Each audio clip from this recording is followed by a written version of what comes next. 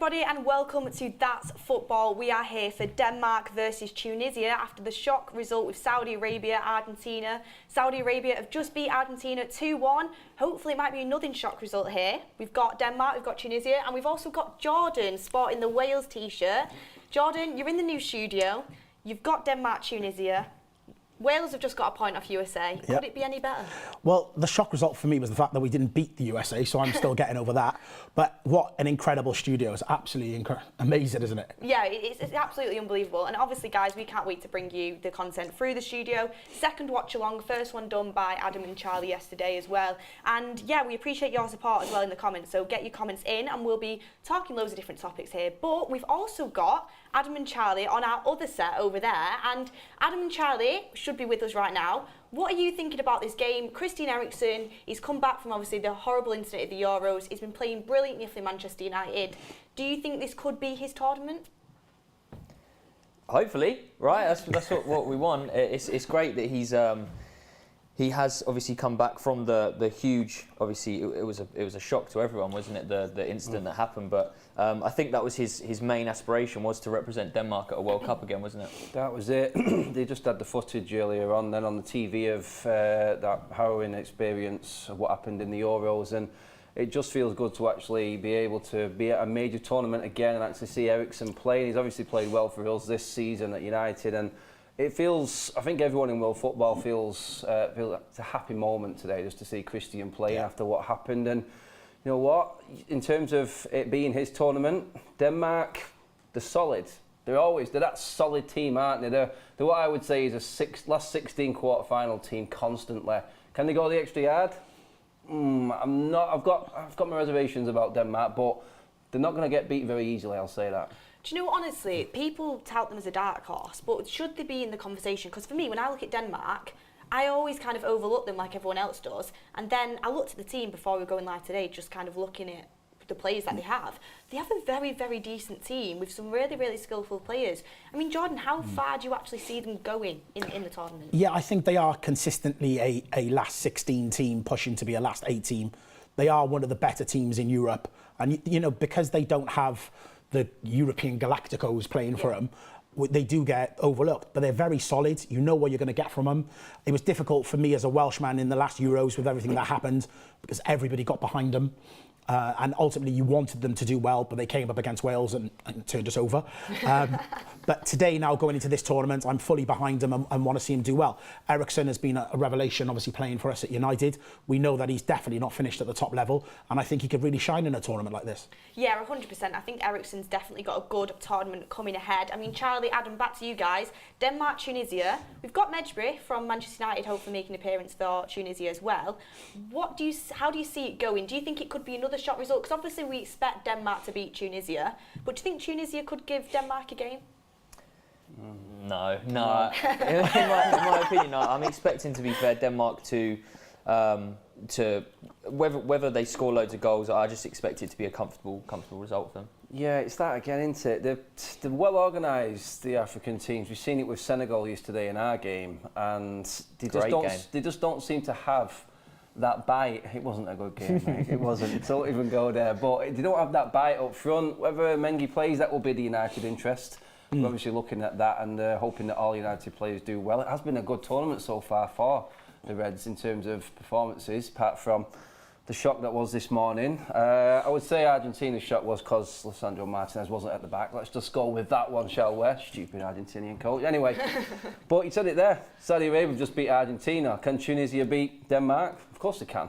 Anyone in this tournament, it would seem, now after that shock result this morning, can beat anyone. So for me, playing Tunisia in the last World Cup, it was England's first game as well. They didn't offer much. They just haven't got that edge up front, I don't think. Yeah, and Charlie, I wanted to go to you on this one actually, because I was looking at Denmark's team and I know you're you've got very good knowledge on footballers. Thank you. That's a good compliment from me to you. But looking at Denmark's team, is there anyone else apart from the obvious with like Eriksen that you feel like could maybe stand out, someone that is one to watch this tournament? An odd one. Højbjerg's obviously pretty good and is a mainstay in obviously the Spurs midfield and will steady the ship. I mean, they've got up front the likes of Dolberg as well, who's again kind of that guy that, as Jordan alluded to, they don't have these kind of individual star names, but they do just have players that you're going to consistently know they're going to give you 6, 7 out of 10 performances each game. And I have no doubt a lot of people will have Denmark as their dark horses, but at what point, when they're doing so well in kind of every tournament, do they not become the dark horse and they're then expected to kind of go deep into tournaments? But I mean, always alongside the likes of Brazil, France, you know, Denmark are always going to be behind them, because those nations do have those Galactico type players. It just won't happen with Denmark. Well, it's not going to have that Galactico player. Honestly, I see them such as a semi-final, quarter-final, knockout type team, just because they just don't have the firepower, I think, to go all the way. And in some aspects, you could also put England in that bracket. Like, we think England have got all these star players, but have they got the firepower to go to the right till the end? I hope so. No, England definitely have the firepower to go further. But I think, you know, again, as a Welshman looking in, you're handicapped by your manager. He doesn't take the shackles off in the way that I think he should. No, I agree with that. But yesterday, actually, we'll just bring England up a little bit, because obviously we want to rub it in Jordan's faces that we've got the better team. Look at England yesterday, back 4 instead of a back 5. You'd expect that against Iran. Free flowing on the front foot football. What did you make of it? Do you think Gareth Southgate can take a few things from that game and think we need to use our attacking players to the best of our capabilities, because they're the ones that are going to shine, I feel like, if we give them that opportunity? Yeah, the likes of Bellingham, for me, is the one that you just need to unleash onto these games. He can take the game by the scruff of the neck. He is, and I said this before the tournament started, this could be the Rooney Euros, when Rooney burst onto the scene. This is how good Bellingham could be, and this is his stock is going to rise so much. Jordan's saying now with the shackles, I see that. Did he go 4 at the back just because it was Iran? You could easily argue that point. When he comes up against a better team, will he revert back to the 3 at the back with the wing backs, which isn't going to win you a tournament? Let's be honest. England's weak point is its defence. If you're going to win a tournament, you have to play to your best attributes. That's our midfield and forward line. They are, I think, one of the deadliest in this tournament, alongside the likes of Brazil and France, I would say. You've just got to let them play. The young, the fearless, use that as an advantage. Look what Saka did yesterday in Bellingham. You've got no fear. Let them win you a tournament. You've just got to find a way of making it work with the rest of the team. Honestly, I'm not getting ahead of myself, Jordan. You definitely are. We'll have this England and Wales chat a little bit. I mean, I look at Argentina and everyone's keeping them as one of the favourites to win. I watched them in that game. I genuinely think England can beat Argentina if they play like that. I mean, they're not going to play like that every time. There can be fluke results, of course. Yeah. But look at Saudi Arabia, right? Yeah. No disrespect to them, but they don't play outside their league in Saudi Arabia. It's not one of the elite leagues, is it? And you've got a team there, a squad, Argentinian squad, where I don't think he's picking the best players for a start, and it just doesn't look, I don't think it looks as good as England's. Everyone's kind of wrote England off before going into this competition, and is a non-England fan, where do you see us getting to? No, I don't think people have wrote England off. I just think anyone outside of England are not as excited about England's opportunities as English people. I think going into this tournament, you know, the English had sort of toned it down a notch. But you beat Iran yesterday, and all of a sudden it's coming back home again. So you've got to put it into perspective. I think I totally agree about the Bellingham comment. I also think Foden as well. Foden could be that Rooney tournament where he just explodes. He is frightening. But then look at Rashford. I thought Rashford came on yesterday and looked sensational in bursts. And it's about utilising your squad to the best of the ability. I think the one thing that England doesn't have that other teams have, and I'm going to use Wales as an example, is that it's just and Denmark very similar. There's just a togetherness with the teams that you don't really see with England, and the fans then become like the 12th man, and that's why these teams go on to do well in tournaments and sort of punch above their ability. And I think if the squad is united and all fighting on the same front, and the manager gives them freedom, I really do think England can do well in this tournament. We'll have to wait and see. And Wales? What expectations you got for Wales, Jordan? Do you know what? Like I was saying earlier, that the first half was really disappointing. But actually, looking back on it, 64 years to get to a tournament, I think there was nerves, and I don't think he started the right team. I thought the changes he made in the second half change the game. We've got to play Kiefer Moore up front. We're not in a position like England where you can take a Foden out or, not start Rashford and still be just as good. We've got to play our best players every single game and hope they can get through 90 minutes. It was a completely different second half with Kiefer Moore up top. And I know I love Kiefer Moore. Kiefer Moore fanboy over here. I know I love Kiefer Moore. But he scares defences. And I'm telling you, going into that England game, Kiefer Moore against Harry Maguire, you lot are in trouble. You're in trouble. We just have Sylph Wave saying Wales won't get through the groups. What do you say about that? I think we needed that draw yesterday. We'll beat Iran. And listen, the Wales-England is like a derby game, isn't it? Form goes out the window and it's who turns up on the day. So I think we will get out of the group. Could be interesting, Beth, quickly on that England-Wales game. If England do go and beat USA, what team are England going to play in that last game, knowing that they'll already be through? They're not doing the Welsh any favours. This is it. This is like, you could get rested players in that game. You could, and that could work in your favour, actually, thinking about it. But I still think England fans and the English team and Southgate would know the importance of beating Wales. Is that the difference between a manager going for a tournament or one who's listening to the fans and going off that side of it, though? Yeah, it's true. As long as we get top of the group, to be honest, I really wouldn't care less. Yeah. I mean, I'd want to beat Wales, obviously, but I still think our second team could beat Wales. So.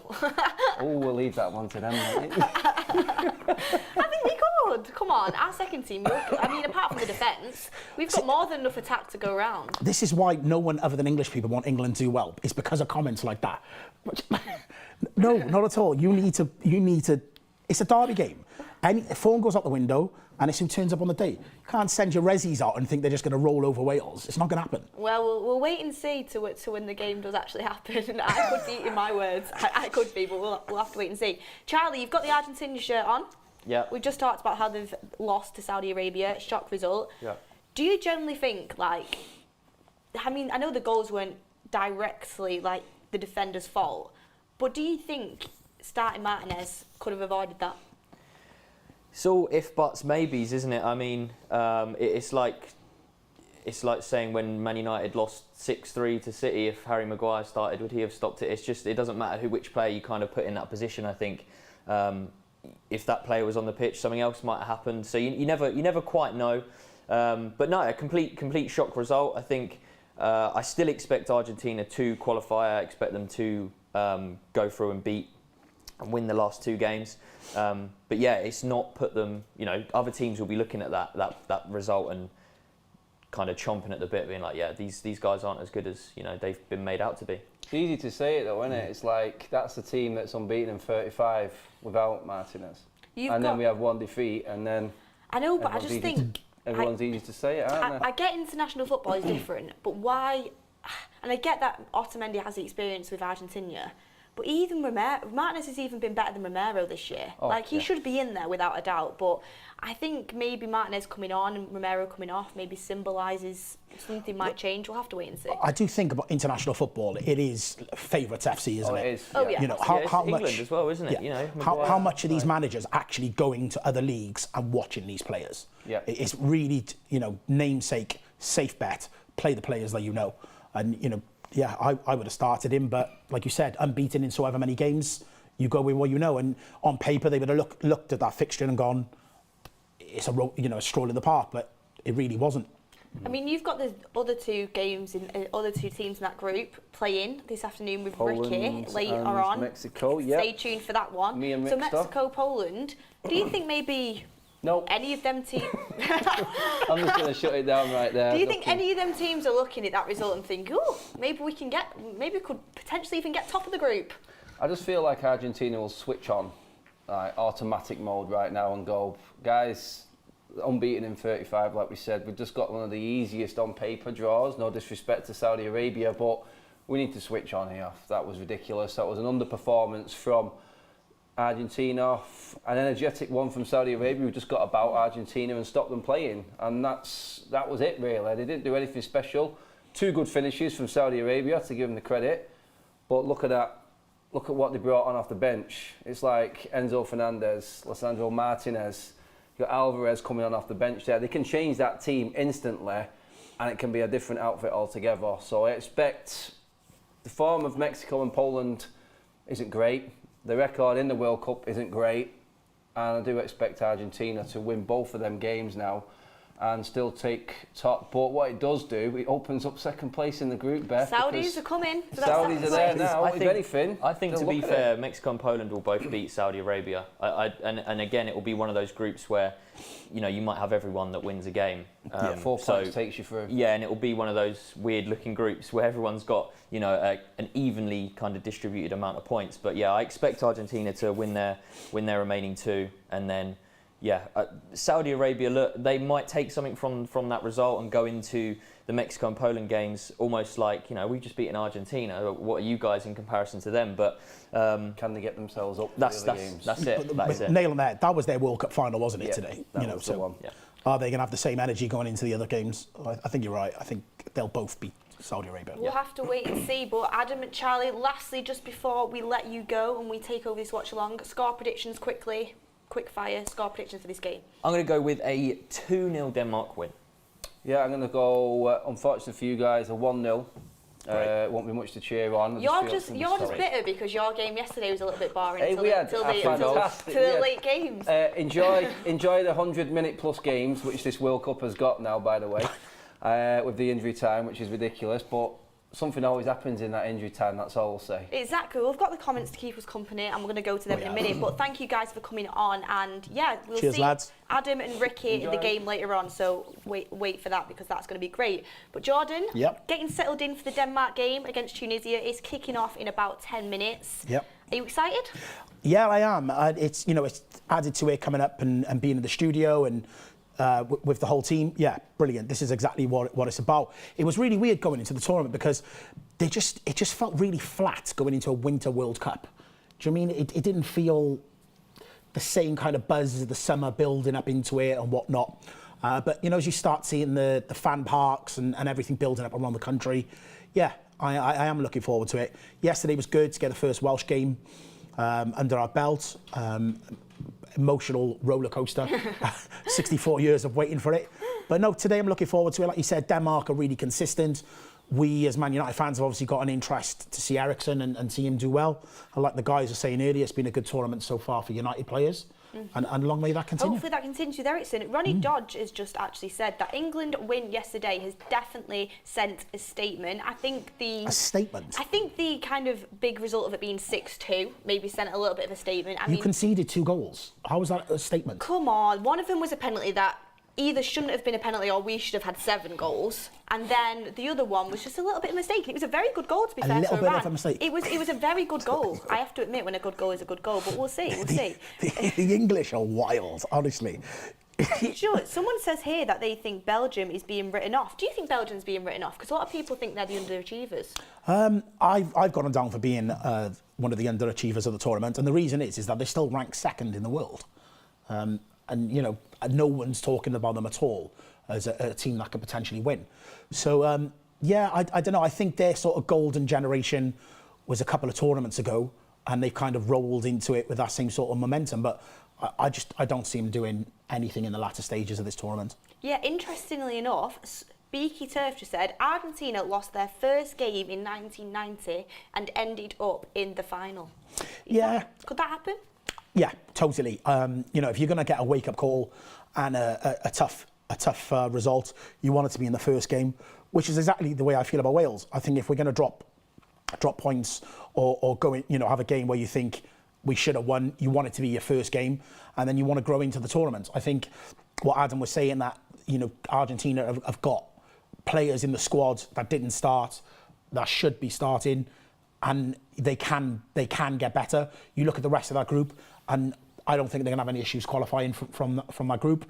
And you fancy him in the latter stages to go on? Yeah, if they had like a France in there, like how Denmark have, or they had another big team, you'd maybe think, oh, this could maybe put a bit of pressure on them, but their group seems relatively easy, so I do think we'll see them pass through easily. I think this is just a bit of a freak result. Yeah. Daniel Upa says you are both dream team. Of course we are. Yeah, we are. And then also underneath that, Robert Hawley says, Welsh guy has a real chip on his shoulder. He does, and it's unfortunately because he supports Wales, so that is why we are seeing that. Wait, just imagine a scenario, a Welshman in a room full of English fans. Like, it's never going to end well. So I've got to come out fighting. Otherwise, Beth over here will just walk all over me. Yeah, again, Spain lost their first game in the World Cup of 2010. Maybe it's a little bit of a sign. Argentina, a lot of people have bets out there on Argentina too, or they'll have pacts with their friends that they're going to make the final, they're going to win.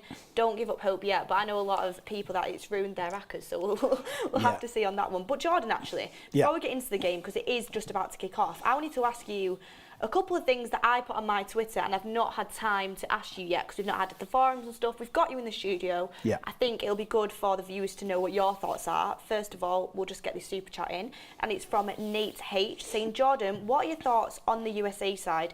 Arguably our best player, Reina, did not play. Can we give England a problem? Well done versus Brits. Well, we've done well versus Brits. Oh, right, okay. We've done well versus Brits. Yeah, do you know what? I thought the USA side yesterday was great, better than I thought they were going to be. I thought the first half they come out really fast and caught Wales on the back foot. Added to that, I didn't think Wales started well, but then in the second half I felt like they ran out of steam after about 60 minutes and the Welsh grew into the game. I thought like the big man up top scared their defence. I think if they play like they played in the first half, they'll give England problems, but ultimately I just think England are too strong. Yeah, I see that as well, and I'm generally not. I was having a joke, you know, being a bit arrogant. I do think England obviously do have weaknesses, but all in all, I do think we will top the group. I do think that USA and Wales are just off us in quality, but I do think it's going to be a good battle for them to see who gets second. Do you think we'll get second? Do you think the Welsh? Do you think I think the USA will, and I don't want to break your heart. But the reason I think I'm going home. Oh, do you know what they might do though? Because Adam brought up that good point about that you have us as your last game and it's our last game. Yeah. And if we've already qualified, he might try and incorporate a few more players in and give them game time. So you never know. You never know. I think it's going to be a tough one. I also think it could definitely come down to goal difference because what I can see happening, I can see us beating you guys. I can see us beating the USA, and then I think you both have definitely got a chance to beat Iran. It's just who scores more goals, because currently it's 1-1. A chance to beat Iran? Did you see them yesterday? They scored 2 goals against us. Well, it might come down to goal difference, and we'll see on that one. To be fair, I do think you have more of a chance with the goal difference because you've got the likes of Kiefer Moore, who's like an out-and-out striker. You've got Gareth Bale, who even though didn't have a great game, he can when he was going to pull the trigger on that shot yesterday and he got taken out, you know, when the goalkeeper was offside. I had no doubt that was going in. That was going in. Like, he's like, you've got players that can score goals. With the USA, they also do, but they just didn't seem to be as clinical, I don't think, when they got the ball. So we'll see. I think what you guys are saying about the last game and about making changes, ultimately, like I keep saying, it is a derby game, and it doesn't matter whatever 11 start against Wales, they're going to be looking at those Welsh players and personally know those Welsh players. They're not going to want to lose to them, regardless of what position England are in that group. So I think it's going to be a tough game, whatever happens. I still think we'll qualify. I think we will roll over Iran. I'm hoping England's put the USA to the sword, and then I think we can nick a point against England. Yeah, and we'll see what happens. I don't know if he can get a draw against us, but he definitely is capable of happening. I just think now with that win, we're going to be on good form. And Sam Lewis says Tyler Adams was clear man of the match and was robbed by a golfer.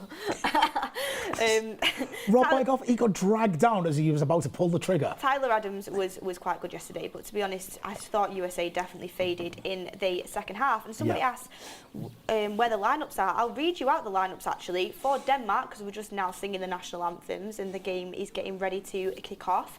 We've got Kasper Schmeichel in goal, which is the obvious one here. We've got Anderson for Palace.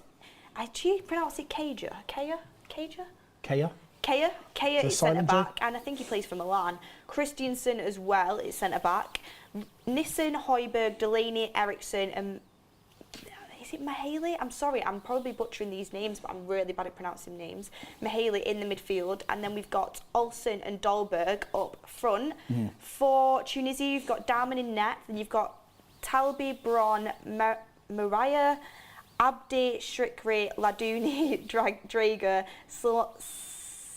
Slimani, Miskani and Jabali as well up front. I might have butchered a few names, and I'm sorry if I have, but they are the teams. And if you want to actually see the teams and not have them pronounced probably completely wrong, you feel free to look them up yourselves as well. But national anthems here, just preparing for kick-off. Jordan, A lot of people in the comments saying there could be Tunisia upset today. They're feeling it coming. It's the day of upset. Maybe Australia have a chance with France later on. Any chance of it? I can't see it. I think Denmark are really solid. Like we were saying earlier, you're looking at 6s and 7 out of 10s all over the pitch. There's a togetherness with everything that's happened to them over the last couple of years. I just can't see it. I think this is a routine 2-0 win. Yes, I think with Denmark, I just feel like there's such a team that's kind of... I don't see them as a team that have many slip-ups. They seem really kind of professional, technically good. I think they'll win this game. And everyone who's kind of crucifying me in the comments for them names, okay. You can have it, you. They are hard to pronounce. And before you start saying someone's still in school, I have 2 English A-levels and a degree. So sit down, thank you. Okay. When you have 2 English A-levels and a degree, come back to me on that. Right, I've got a question for you, Beth, and for everybody in the comments. If Denmark was a Premier League team, who would they be? And if Tunisia were a Premier League team, who would they be?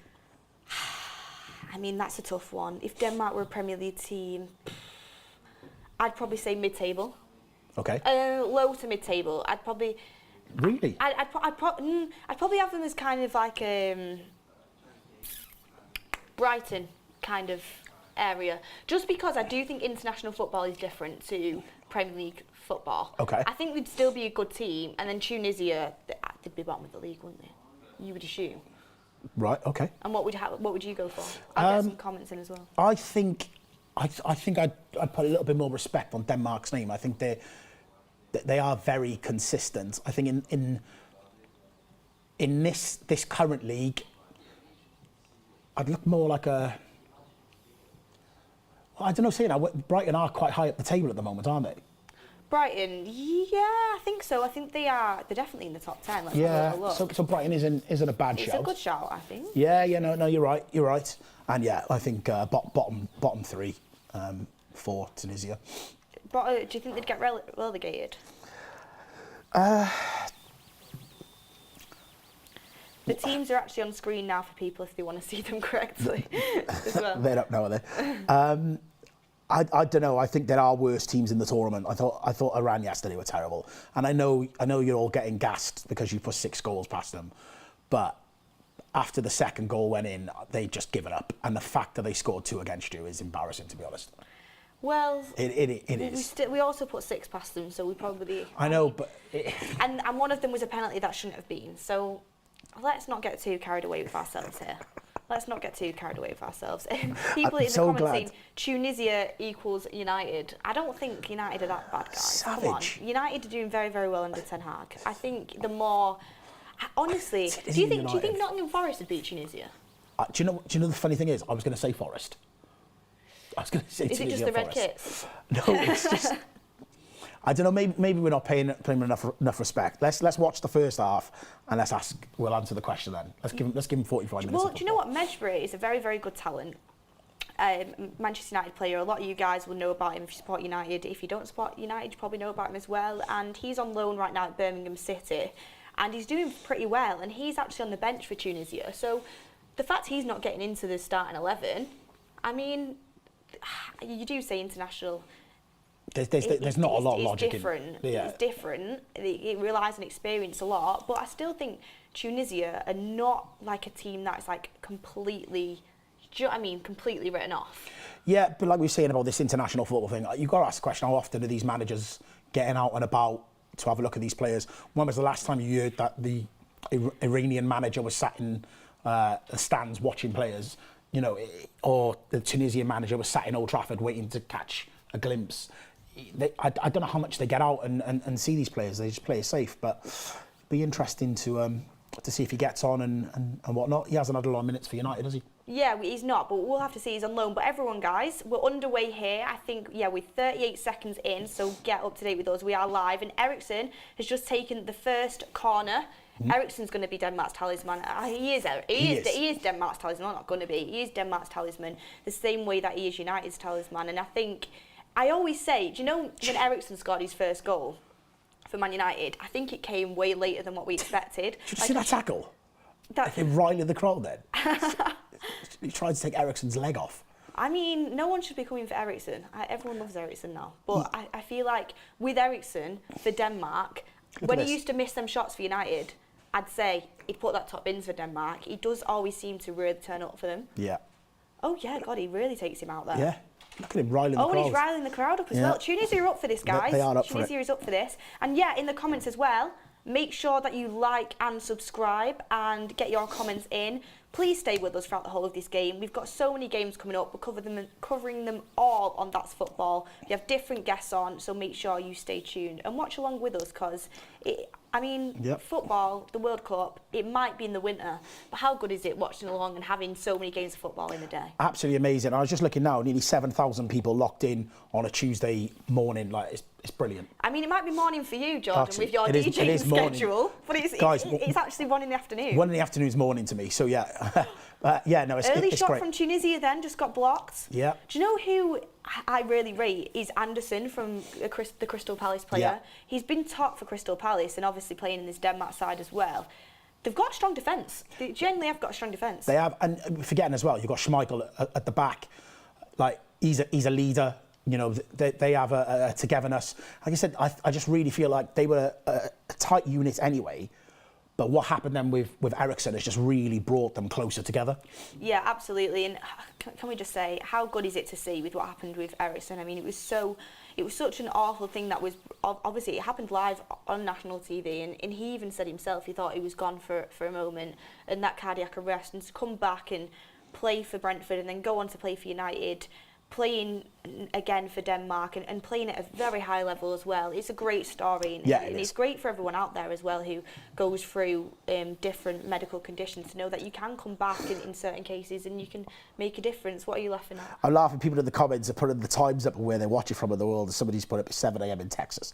It feels like 7 a.m. to me there, mate. So yeah. Honestly, credit to you for being up at that time and watching these games and watching them along with us as well. We really, really do appreciate it. We do appreciate you guys, honestly. So honestly, it's you think about as well, like the times that people in different countries get up to watch these games and make sure they're tuning in watching. We're so lucky that we've got it on from like 10 a.m. till 7 p.m. at night, because obviously a lot of it is catered to kind of our time zone. Yeah. But other people around the world, they're going to have to get up early in the morning, late at night to watch their countries play.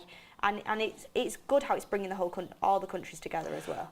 Just a question, for in England, are they allowing kids in schools to watch the games? In England? Yeah. I know my brother watched it yesterday. He watched the England game. He's 9, so he's in primary school. My other brother is in college. Right. And he's 17. He wasn't allowed to watch the game. Right. So I think it differs where you are. Right. Personally, for me, unless it's something extremely important, I mean, what could be more important than football? I'm joking. Focus on your education. You should be I think you should allow to watch your country. I remember when I was in school, we were allowed to watch it.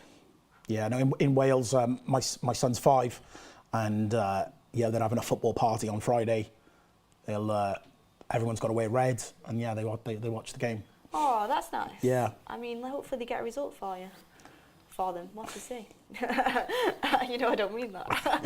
Everyone's putting in the comments where they're watching from. 9 p.m. in Western Australia, 2 p.m. in Tunisia, 9 o'clock in Indonesia. This is brilliant, guys. Yeah, we love have the whole world kind of watching with us here. Midnight in Sydney.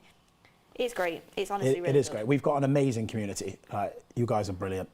We have. And Jordan, actually, just kind of start of this game, 5 minutes in, seems a little bit of to and from. Not many chances as of yet.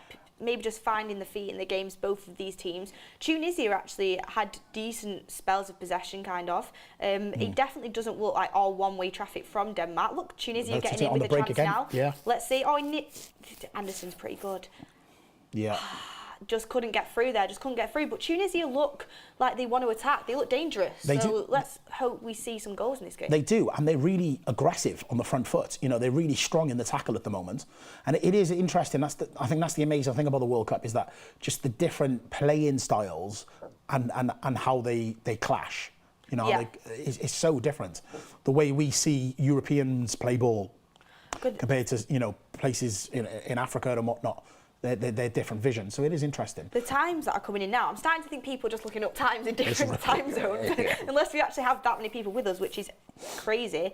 8 a.m. in New York, 4 p.m. from Kenya, 2 p.m. in Spain, 3:05 in Qatar, 8 a.m. in Virginia, 7 a.m. in Kansas, 8 p.m. in Thailand. Yeah. I mean, it's crazy how all the world comes together for this. But Jordan, Yeah. just until there's maybe a little bit of excitement in this game, Yeah. I've got a few questions for you that I wanted to put to you that I prepared earlier. Okay, let's go. No, Let's go. it's just because I put them on my Twitter and I wanted to see what your responses were, and obviously we can watch the game at the same time. Yeah, go.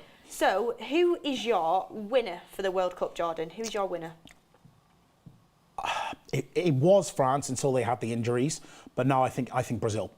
You think Brazil? Yeah, So you've changed your mind? Yeah, I have. Yeah, going into the tournament, I did fancy France, just looking at how solid they were in each department. But I think it'll be Brazil. Feel free to get involved, guys, as well with your predictions as well, as long with Jordan's. Mine are already up on Twitter, and that's football. But I did also. Who did you go? You Brazil? I went with Brazil as well. Yeah, It's not often we agree. I know it's not, but not it's a often. first. Okay. It probably means the agony. But do you know, I'm going to change my prediction if England get far. I'm joking. But no, Brazil have just got everything. I feel like the fullbacks are the weakness. But they've still got decent fullbacks. I just think they've got a good team. Yeah. And they've got a lot of options off the bench. A good squad. Yeah. Nextly in the line is player of the tournament. Who do you think your player of the tournament will be?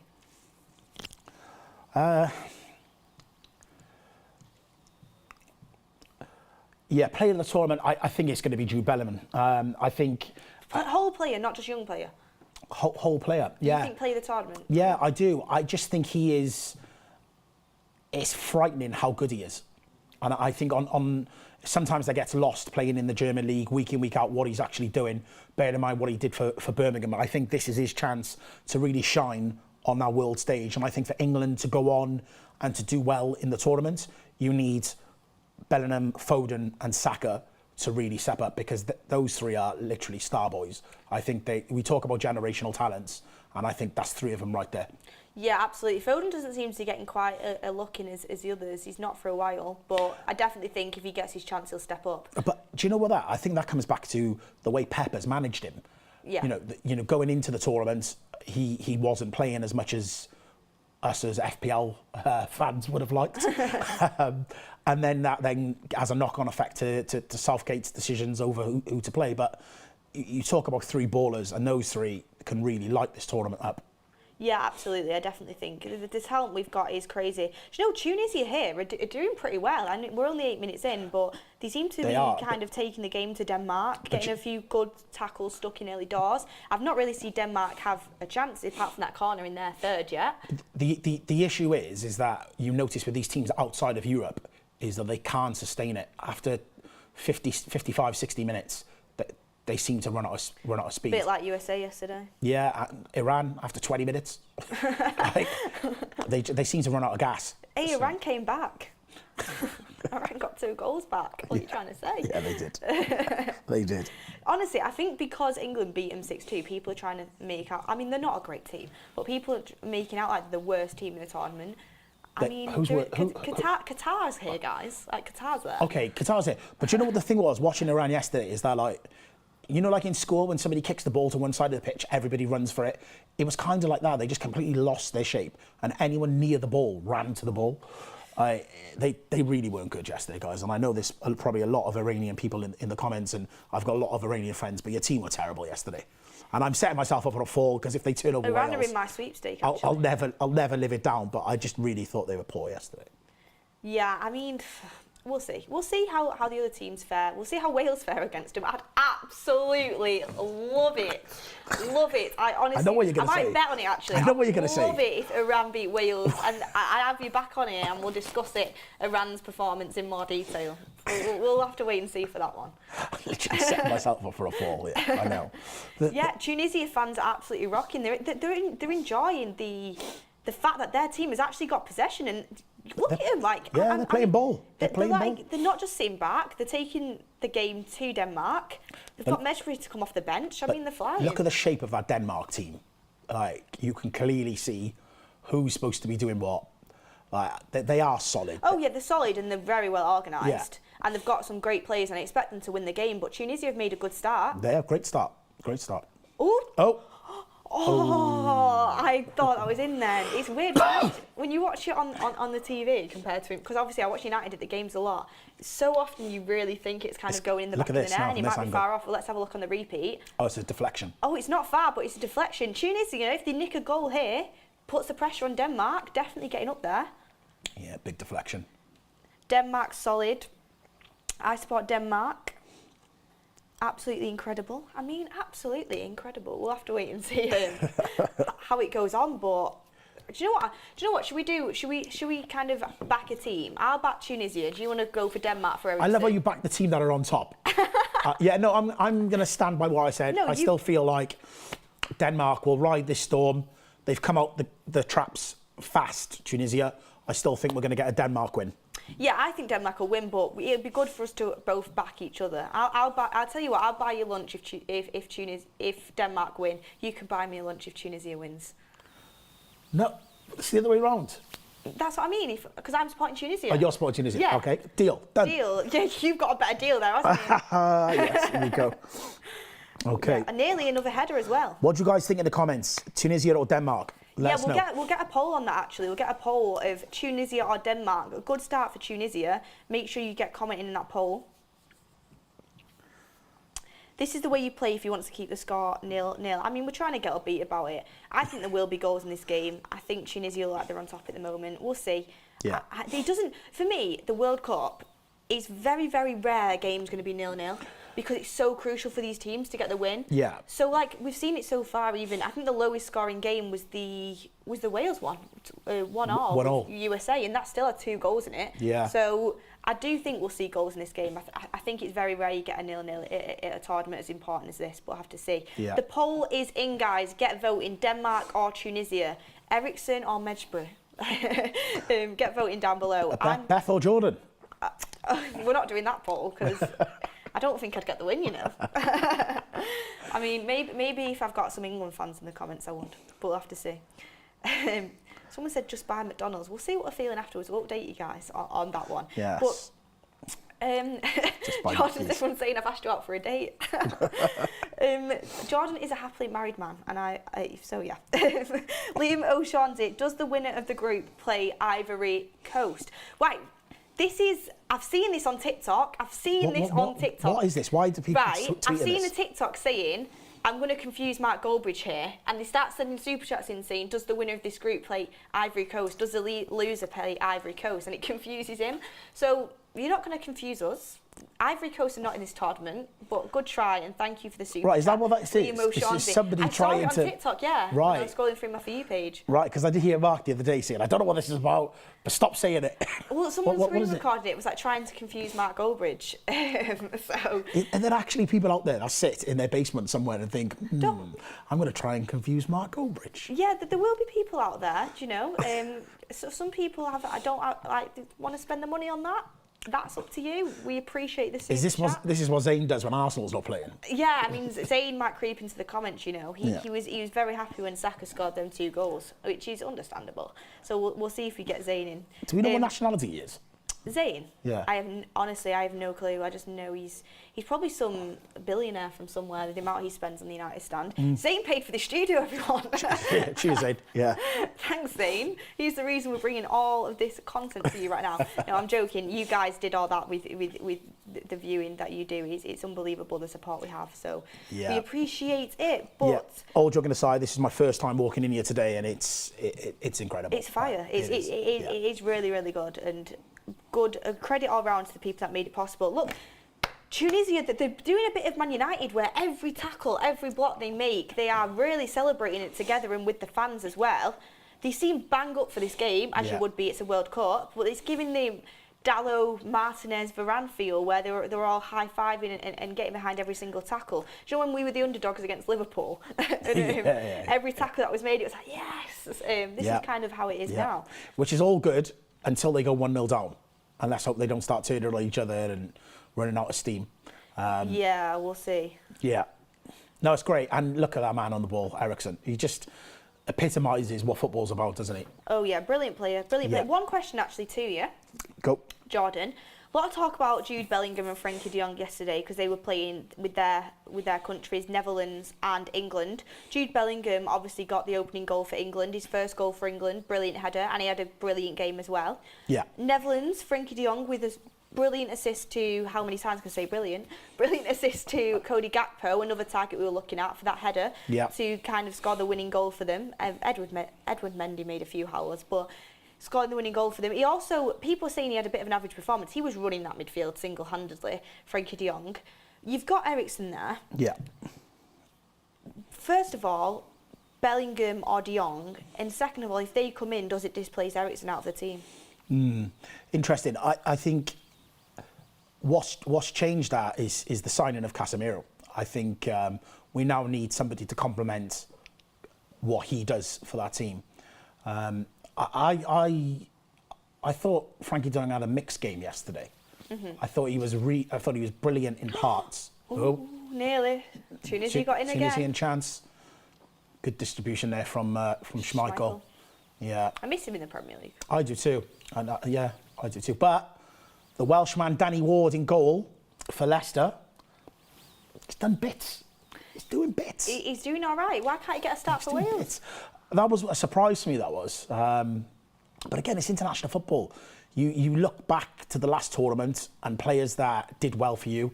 I just feel these managers are making easy decisions because on form, you would have gone Danny Ward. But Hennessy has never let his country down. He's been a beast in the Euros. A bit like Pickford kind of thing. Yeah, and he's made an easy decision rather than a controversial decision to try something new. And I think it takes a new manager to come in and evolve the international teams.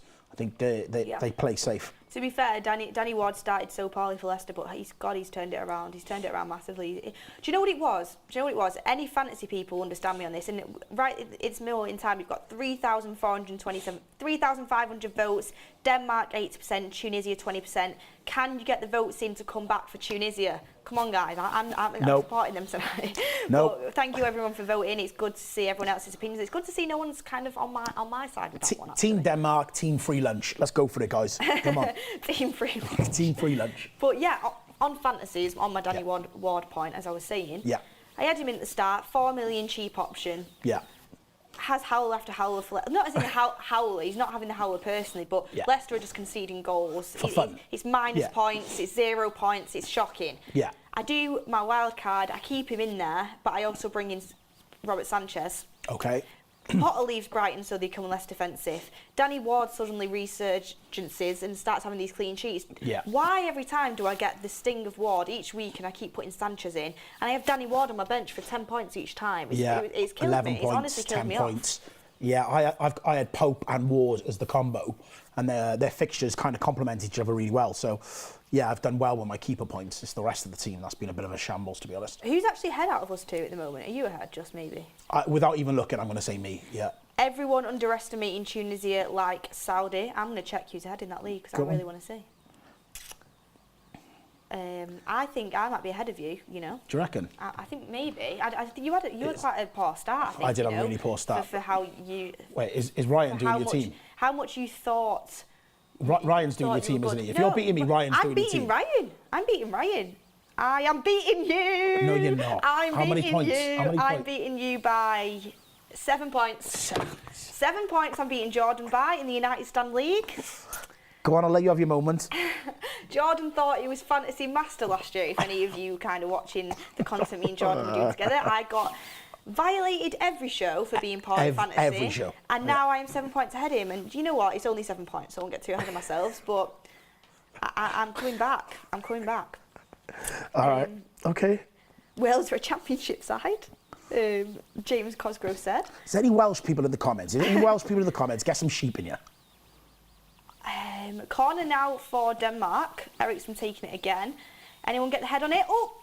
I think Anderson then got his head on it. Or was it Kaya got his head on it and it got cleared away by Tunisia. Eriksen again with a good cross in. No one's getting on the end of these crosses. No. Tunisia seem to be well placed, to be fair. They are. And again, winning the ball back up the pitch. Tunisia look like they're in for the fight, though. I really strong in the tackle, aren't they? Every tackle. Going into it with bad intentions. Got some Welsh fans in the chat coming in for you, Jordan. If you want to have a There's look my at that. people. There's sheep emojis coming. There's my people. Coming in. Stand up strong. Oh, honestly. I think it's just the same person over and over again. I'm joking. Wales. CR7 top scorer in World Cup, 10 goals. That's a question. Obviously United based. How do you think Ronaldo's going to get on in this tournament? Given everything that's going on. Honestly, I think it could go one of two ways. I think he either, like, again, he carries his form from United where he's not playing too well, or he completely lights it up and kind of does his, like, not that he needs a comeback story, but kind of shows everyone again that sit down. You know, does one of his things like, sit down, I'm still the best in the world. Yeah. You were wrong for kind of writing me off kind of things. I think it could go one of two ways. What about you? What do you think? What's that super chat? Can't wait. Joe Morris. Can't wait for Wales to play England so Wales can humble England. Oh, yeah, mate. we've got a super chat in there from a fellow Welshman. I'll tell you what, Joel, if that happens, get me some screen time with Mark. I need to talk to Mark and I need to talk to Beth. But yeah, I don't know, it's going to be tough. Kiefer Moore winning goal. Yeah. Did you see his header yesterday that he put over the bar? Like what a chance. I swear that guy was born in England. Can you stop? Oh, shot on target Shot for on Denmark. target. Denmark are definitely getting into this game now. Seem to be getting in the attacking third a lot more. And who? So I said we weathered that Anderson early storm, first 15, 20 minutes. Things will settle down and you'll see Denmark's class grow into this game. You know, Ray from Tunisia playing out from the back though. Seems to be consistently doing it. Yeah. Ball over the top now. Is he offside? Is he offside? Nope. Slot it. What? Yes! Free lunch, baby. Free lunch. Oh, he's offside. Ah, yes!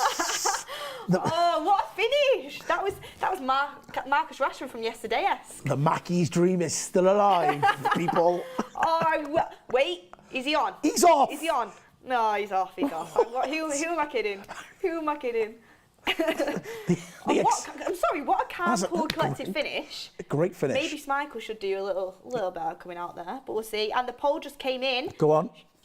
Should change your votes, some of you. 5.7k votes, thank you everyone for voting. 19% Tunisia, 80% Denmark on that one. And I think Tunisia, they might be like the Saudis here. It might be a shock result, you know? I don't know. I think Denmark last 10 minutes have started to grow into the game a bit more. But I just nearly burned my throat from celebration. Right, if you're that excited about free lunch, I will buy you lunch, okay? Oh, that ruins the game. You just want to beat me, don't you? It's got nothing to do with it. Yeah, exactly. Right, okay, fair. Do you know what? We'll go to the Ivy after this, and you can bite me there. Oh, great. Brilliant. Back to the question about Ronaldo. I think... Someone's down here, actually. And he's lost a boot. He's lost a boot. Yellow card out for... Who's the yellow card for? Who is it? Cameraman, come on. Come on. Christensen. You know it's a big tackle when the player loses a boot. Let's have a look. Let's have a look. Yeah, Oh, back he's of the nailed foot him. and then takes the boot off there. Yeah. It is a yellow card. Yeah, it's a yellow. Yeah, he's nailed him. This will give the ref an excuse to add on about 10 minutes of injury time. I really don't understand this narrative from the officials. These extra 9-10 minutes. It's crazy. It's mad. And it's not just it's in both halves as well. To be honest, I think Mark nailed it yesterday. When it's the welfare of players and the amount of games that FIFA are putting on these players, to have a World Cup in the middle of a season just so they could make the money, I do think now this extra injury time is just a joke. It's like, how can we make them play as much time as possible? You need to think about it. I mean, of course, if it's 0-0 to England at one point and I see the injury time come in, I mean, I'm going to enjoy it then. So it swings and roundabouts. It's like Argentina today were probably buzzing about it, their fans, but Saudi Arabia that have played that game, I just think sometimes, I get it's trying to cut out time wasting, but we just don't need the extra minutes. Yeah, no, I agree. Tunisia back out again. See if we can get this cross into the box. It's an awful cross. I could have done better than that. Denmark are brilliant at getting men behind the ball when they lose possession. Yeah, they seem to be a very organised team, actually. Yeah, really organised. Mirin Mariga says, do you think it's possible for England to lose the next 2 games against USA and Wales? It would be unexpected, but it's happened before. As an England fan myself, I would say it wouldn't be impossible. Absolutely not, because we've seen England before. I mean, I think we were doing a World Cup quiz the other day with Adam and Charlie, and in 2014 we got no points, and I understand it's a different team and we've progressed a lot, and this is one of the best squads we've had. So I would be shocked if that did happen, especially after the confidence of the Iran game win, but it's definitely not impossible. You don't have to get too ahead of yourself. Do you take a lot of confidence from that Iran win? I do, yeah. I do. And do you want to know the reason why? I've seen so many times, and people say it's only Iran. It was only Saudi Arabia. Do you know what I mean? And Argentina got beat. I've seen so many times where England have had poor oppositions and not managed to get a result. We've seen it in the games leading... What? Do you really take confidence from beating Iran? Yes, I do. Really? I do take confidence from it. I don't think it's like an absolutely amazing, oh my gosh, I'm going to be at the pub for like 24 hours celebrating this win kind of game. Obviously not. But it's confidence to go and win it 6-2. And I think the worrying thing is we conceded 2 goals, one which shouldn't have been. But I think it was definitely a decent result for us. I mean, we've seen us... You've seen the type of losses we've had. I mean, it wasn't in a competition like the Euros or the World Cup. I remember we couldn't beat Iceland, for God's sake. Do you know what I mean? So it's like, we have had poor results before against teams that aren't great. And do you know what? Before England played them, I don't know if it was kind of England fans trying to shield themselves. Everyone was saying about how good Iran was defensively, and the kind of that they weren't a team to write off, and we did kind of bulldoze them. I agree with you. They didn't play well, but we'll see.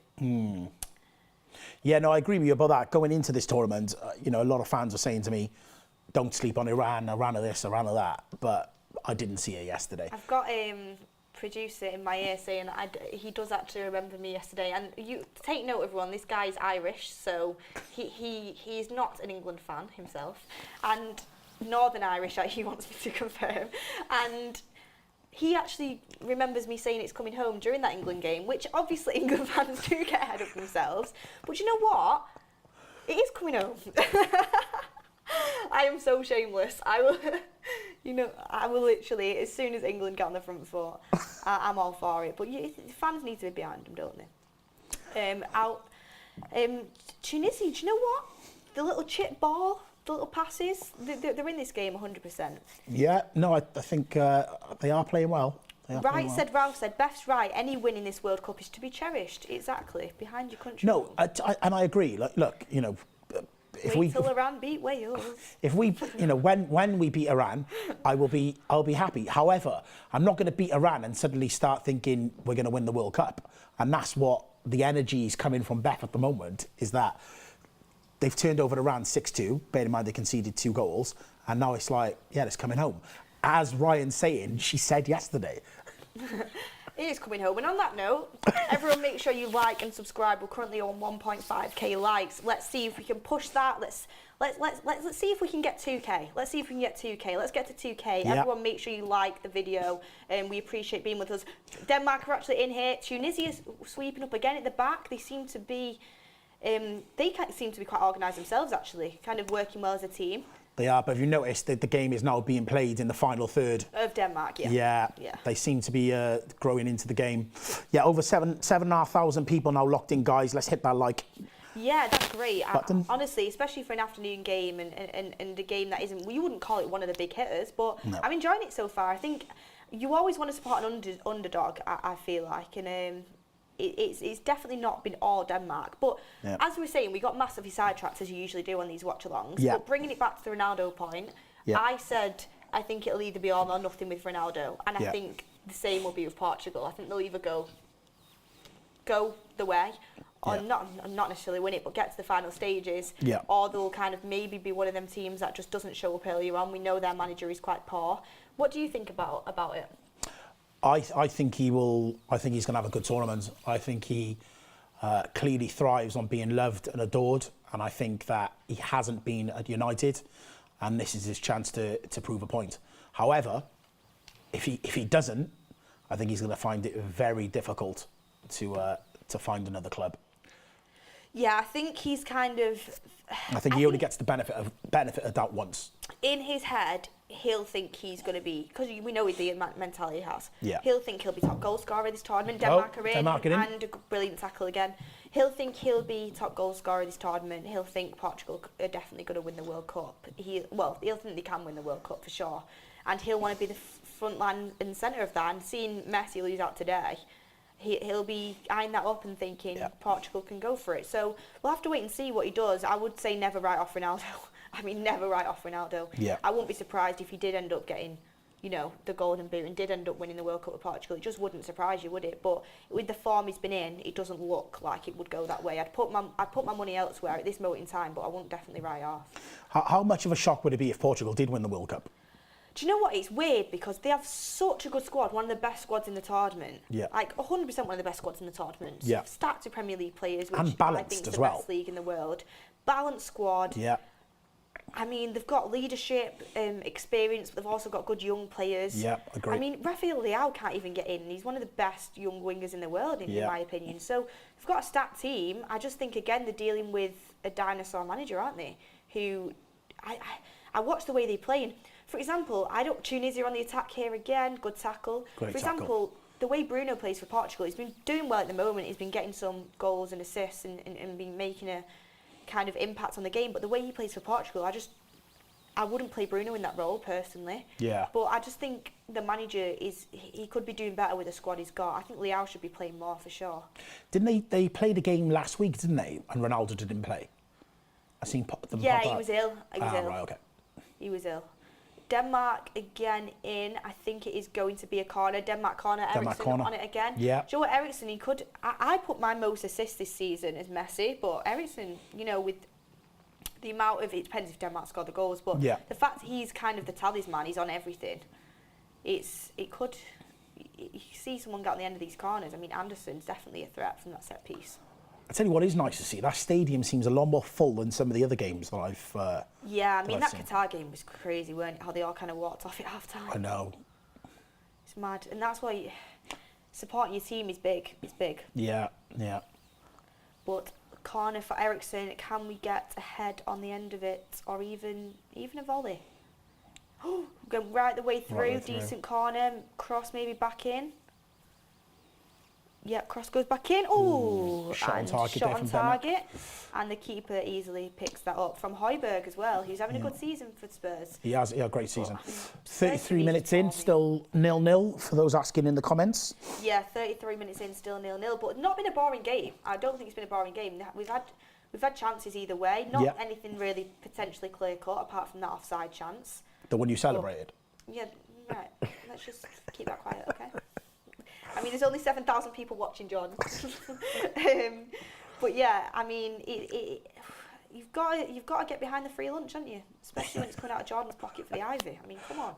Denmark on the front. I'm okay for it. I'm all right. Let's do it. Oh, we know with your big DJ stints. Yeah. Make sure you get yourself down to see. I've still not seen you DJ. Yeah. I need to come down. We need to arrange a United Stand That's Football night out in Cardiff. You need to come to my club in Cardiff. Definitely, and we'll film the whole thing. Yes. Get Mark on the beers. Let's do it. But yeah, I mean, Jordan, just on that, we were saying about Ronaldo, and I think the last one I said, you said your player of the tournament would be Jude Bellingham. Yeah, I think so. I think it's time to shine. I think he's a frightening talent. Yeah, and I think with that being said as well, I think with the amount of competition there is for that player of the tournament, it's such a kind of you really kind of back him, and I think he's a brilliant player. Don't get me wrong, but to get player of the tournament at 19 years old would be incredible. I mean, his price tag's going to be wild, and on that, easily caught by the keeper there, just a floating ball into the box. On that, with Jude Bellingham, I think we were talking about the possibility of him coming to United or if it's De Jong. I think you said you prefer Bellingham, would it be? Yeah, I think because of what's happened with the Casemiro signing, I think Jude is the player we now need. Yeah, and then with him coming in, who would you bring out the team? Would it be Eriksen? No, I just think we just need to manage Eriksen's minutes. It's something that I've always said. That I feel like we're so over-reliant on him. And to get the best out of him, I think he can only play one game a week, two games at max. And we're playing him sort of 3 games, 90 minutes a game, and we're burning him out. Agree. When we have to bring in the likes of Scott McTominay and Fred, it would be so much better to rotate between Bruno, Bellingham, Eriksen. Like how good is that midfield? We'll have to wait and see. We'll talk about that more in a little bit, because I think a lot of people write off United to even be in the race for him. But if we get top 4, I definitely think we're in with a chance. But guys, half-time coming up in 10 minutes. We'll have to see how much extra time gets added on as well, because we know that the refs in this Qatar World Cup like the extra time 100%. But at half-time, I think we're going to have Adam and Charlie back, and we're going to be talking about who is going to win the Golden Boot this tournament. Get your comments in down below. Who do you think is going to win the Golden Boot? Do you agree that Ronaldo could come back and do it? Do you think Neymar's in with a chance? Messi today got off the mark with that penalty. Who do you think it will be? I saw someone in the comments earlier saying potentially Bruno Fernandes. So everyone's got a different take on this. Get in the comments and we'll discuss that at half-time. It's our half-time topic. Get thinking, Jordan. Yeah, no, I've got my player. I'll save that question for you and we'll discuss it at half-time. Okay. But do you think we'll get a goal before half-time? No, I don't think so. I think it's playing out as it is. I think the energy levels will drop about 55, 60 minutes, and I think we'll get goals in the latter stages of the game. I still think 2-0 Denmark. Yeah, Denmark seem to be kind of getting through on goal here. Can he put it back into the box? No, that's never going to be a penalty, I feel like. Sometimes when players go down like that, I think sometimes it's better to just try and play on, to be honest with you. Yeah. But we'll see. How have you found the refereeing in this tournament so far? I mean, it's been decent, I think. I think the only thing that is frustrating is the VAR decisions.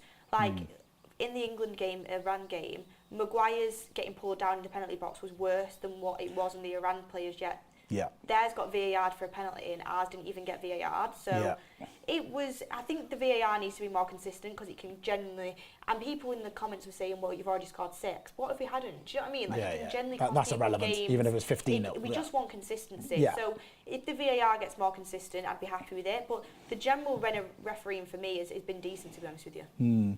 I do agree with you there. It is about the consistency. I thought that the penalty that Wales had, when he went down, I thought, if they do not give a penalty, I'm going to lose it. But it was a clear penalty. It was a penalty. I think the in-game refereeing's been good. I just think the VAR's been completely inconsistent. Yeah. It's like that Qatar Ecuador goal, Valencia's first goal. He should have had a hat-trick against Qatar. There was no way that was ever offside. Tunisia just... Great chance. Great chance, just flew over the bar on a volley, came from a corner, I think it was. Tunisia are in this game, there's been equal chances. I think Tunisia have had the better chances, actually. And that comes onto the super chat, Brad Moore. He should have scored that. Who should be winning this game? I think it should be Tunisia. Yeah, I'd say Tunisia's had the better chances. One goal offside, which I think if he held his run a tiny bit, could have been on. And that, again, good chance, flies over the bar. Yeah, he should have done better with that. That was a great chance. I say Tunisia are decent sides. They've shown themselves to be able to stand up strong to Denmark in this first half. Very decent. Yeah. I'm excited to see Mejbri come off the bench. I want to see Mejbri. And some in the comments said, don't just talk about Jude with Manchester United. That's football. I mean... Who said that? All right. Now. But it's true, to be fair. Like, that's football. Do you think Jude where do you think he will go? I think he will come to... I know you think he won't think he'll come to United. No, and I think that's what the question was out of the two players, which one do you think? Yeah. I don't know. I think Liverpool fans feel like there's a God-given right that he's going to go to Liverpool. But what if they don't get top 4, which I don't think... I think we could definitely miss out. Yeah, we'll save this discussion. We won't agree on. This is not going to end well. I think he's coming back to the Premier League. Let's leave it at that for now. I think he wants to be in the main league. That's where all the big players are. You know. I think he'll end up at City, and I really can't be bothered with it, because it just feels like City now are at that point where.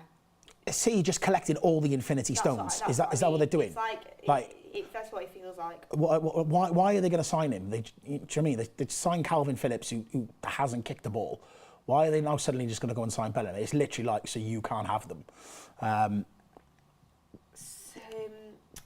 got a chat in here saying that Saudi Arabia win will give all the underdogs the heart to go on. Yeah, definitely. Oh, ball across the box there for Denmark. I say it all the time. I don't think Qatar will score a goal. Like, no offence to Qatar. I mean, they just look. It's a penalty. Average, that's a pen, innit? Penalty. No, is he not giving it? He's not give it. He's not give it. It looks Højbjerg like with a a penalty flip-flap. on Højbjerg, but was Højbjerg making a meal out of it? He's confused. They can have a look at that on VAR. We're going to see Let's the have a look. replay of it here on Højbjerg. It's in the box. Nah, I don't think that's a pen. That's not a penalty. Look worse first time. He's generally a shoulder barge. Yeah, he's he's not just a stronger in the challenge, wasn't he? It's like a clash. It's not a penalty. I think it's got to be more clear cut. Delaney's down injured. Jesus. Yeah, Delaney's down. It was a tackle. He won the ball there, didn't he? There's been some big challenges in this game. Yeah, everyone's up for it. Everyone's Yeah. going to fight hard for their country to win the World Cup, isn't it? Yeah. And it goes on. See, it's good that we're not seeing super soft penalties given. I do think that Wales one yesterday was clear cut. And that was a weird throw from the Tunisian goalkeeper. Put his team right under pressure there. He's handled it well. What was that? The defender kind of scooped it up and put it in the air. And I'm thinking about this Ivy lunch now, and I'm thinking Tunisia. We can definitely nick a goal here. Tunisia again. Oh no! My God, Oh, here we go. Yeah! Oh no! He went wide. How did he not put that in? How did he not put that in? How has he not scored that? Honestly, Great chance for Tunisia. Really good chance. Very good chance. And Is he onside? He tried to go for the Martial chip. He's onside. It was a chip. Yeah. And to be fair, Schmeichel does very well to palm it to the side. Big Honestly, hand from here, Schmeichel. It feels like it goes in the net when it goes. Yeah, I was waiting for the net to ripple. It looked like it was going in the net, but Great save from Schmeichel. You have to put some credit on the keeper's name. Yeah, Schmeichel, great save and a good chance. Tunisia have had all the best chances here. They definitely have. But yeah. We know with teams that are the underdogs, that can mean nothing unless you capitalise. Yeah. You need to capitalise while they're on top. Good punch from Casper, really strong punch out there, and then shot goes over the bar. Just a quick one on Schmeichel. He's up playing in Nice, isn't he, with Aaron Ramsey. Is he playing? I'm sure I read somewhere that he'd been dropped or he wasn't playing as many games or wasn't doing as well out there. I'm not know sure in the because comments? I'm not watching the French league, but if anyone knows in the comments if Schmeichel has been dropped or not playing as well, let us know the situation, because I know a lot of the viewers in the comments watch all the different leagues and have such good knowledge on football. It's good to have them people to kind of put you in the know. So get in the comments definitely. to see. Yeah. And what save for the tournament? Joel Morris says, yeah, it was a good save. Great save. Yeah. Tight game. What about Enzo Fernandez to United? He was actually my prediction of breakout star. For Benfica, he's been doing brilliant, aggressive, good in the challenge, good going forward, 21 years old. Argentinian didn't get a start today. Strong tackle there from Tunisia. Again, we've got another strong tackle from Tunisia. Enzo Fernandez will do them sort of tackles. He's a good player. And 21, young. People talking about Jude, people talking about Frankie. This guy's definitely one to watch from Benfica. So for me, I'm going to have my eye on him throughout the tournament. I know he came on for Argentina today. I didn't see much of him. But we'll have a look. Hopefully we'll get more game time for Argentina. That's what I was saying about this Argentinian side. There's 3 or 4 players on that bench that should have started. And if that manager makes those changes, it's a completely different feel to it. Because you look at that team on paper, and they should be in the final. They're brilliant. Yeah. Oh, is that Damsgaard coming on? We've got comments coming in as well saying that Schmeichel hasn't lived up to expectations. Yeah. And he's not having a good season. Yeah, no, I did read that somewhere. So, yeah, we'll see. We've got another super chat in. Thank you for your super chats, guys. We really appreciate it. Vignesh Ram says, morning, guys. Just waking up and seeing that Argentina freak result. What a story we have there. Our Denmark doing well. To be honest with you, it's quite an even game, but Tunisia have had the better chances and Tunisia look right up for it. So I think it could be anyone's game. But, yeah, that result, it was crazy how Saudi Arabia came back from that. And arguably, people would say that penalty, I mean, I thought it was a penalty, but some people were saying it wasn't the strongest penalty. So, Argentina didn't actually score a goal from open play against Saudi Arabia, which is a bit crazy. Listen, there's nothing wrong with not scoring goals from open play. Yeah, we are just on 45:29 seconds, going into 3 minutes of added time. Only 3 minutes? Probably That's the the lowest shortest. added time I'm of the shocked. tournament so far. They've been listening to us, Jordan. Yes, they're taking got it on board. They've got it on in the background while they're in the studio. Hopefully someone pulled them yesterday and just said, guys, knock it off, because 9-10 minutes at the end of both halves is mental. Yeah, it was, especially when you've got so many games a day with all these players. It's mad, but we'll see if we can get anything in this additional time. It says at the bottom 4 minutes, but at the top it says 3, so who knows? It'll probably end up going into 4. It's just now, changed. It's now changed to 4 minutes of added time in the 46th minute. Football is coming to the Mecca. You never know in life. But Right. if I had to bet on it, I wouldn't say it is, but great result for Saudi Arabia. Yeah, that's a huge result. But like I said, that Denmark, they've got some nice little Intricate touches, passes haven't they? plays, Yeah. haven't they? But if they're just not, Tunisia looks solid at the back. Do you know this guy up front for Tunisia, the number 9? Let me try and find his name. Hopefully, I don't butcher it again. Jabali, he's looking fierce up front. He is. For Tunisia, he's getting in behind. He's making some good runs. he has had 2 chances and he should have finished both of them, though. Yeah, he should have. He should have. Do you know? Yeah. It might be a Rashford. He might need a few to kind of get that goal. To be fair, Rashford, what a cool finish yesterday. That Left is, foot as well. I texted Ricky. I said, Ricky, look at that left-footed finish from Rashford, and he was laughing to himself, saying it was a good goal. who's that getting iced up on the bet? That's Delaney that just come off, is Delaney, it? That tackle kind of took it out of him. Yeah, Rashford, for me, that was textbook Rashford. That's him at his best. Yeah, explosive. He's another one that can have a really big tournament if utilised in the right way. Yeah. I think it's like, with the likes of... I can't remember what you just said. Rashford, he can have a big tournament. With Rashford, he just... I'm so happy for him coming back in, especially with the likes of, the Euros and the penalty misses. Him and Saka. Yeah. And I know Saka's an Arsenal player, but I'm happy for him. He seems like a very nice lad, a very talented footballer. Of course, I don't want him to kind of win the league with Arsenal or anything like that, but it's good to see these young talents coming back and doing well. So, yeah, it's good to see. Yeah, definitely, I agree. Another strong tackle again onto Højbjerg and another free kick. Into the 48th minute, so just a couple of minutes left of extra time. Yeah, let's see if we can get a goal. I want something to celebrate, Jordan. Free kick in a great area for Denmark. Listen, I'll tell you what, I'll be celebrating if this goes in. I could smell the ivy from here. Let's have a look. Is Ericsson not on this one, actually? Yeah, it is. England have one of the best benches in the world, definitely. Yep. I mean, Brazil's is pretty decent as well. Portugal's is good. Honestly, I know France has got a very good squad, but in the whole squad this tournament, I'd say my top 3 squads would be England, Portugal and Brazil. Yeah, I agree with you. I just think that... Ericsson was on it. Free go. kick goes into the area. Brilliant defensive header Corner. again.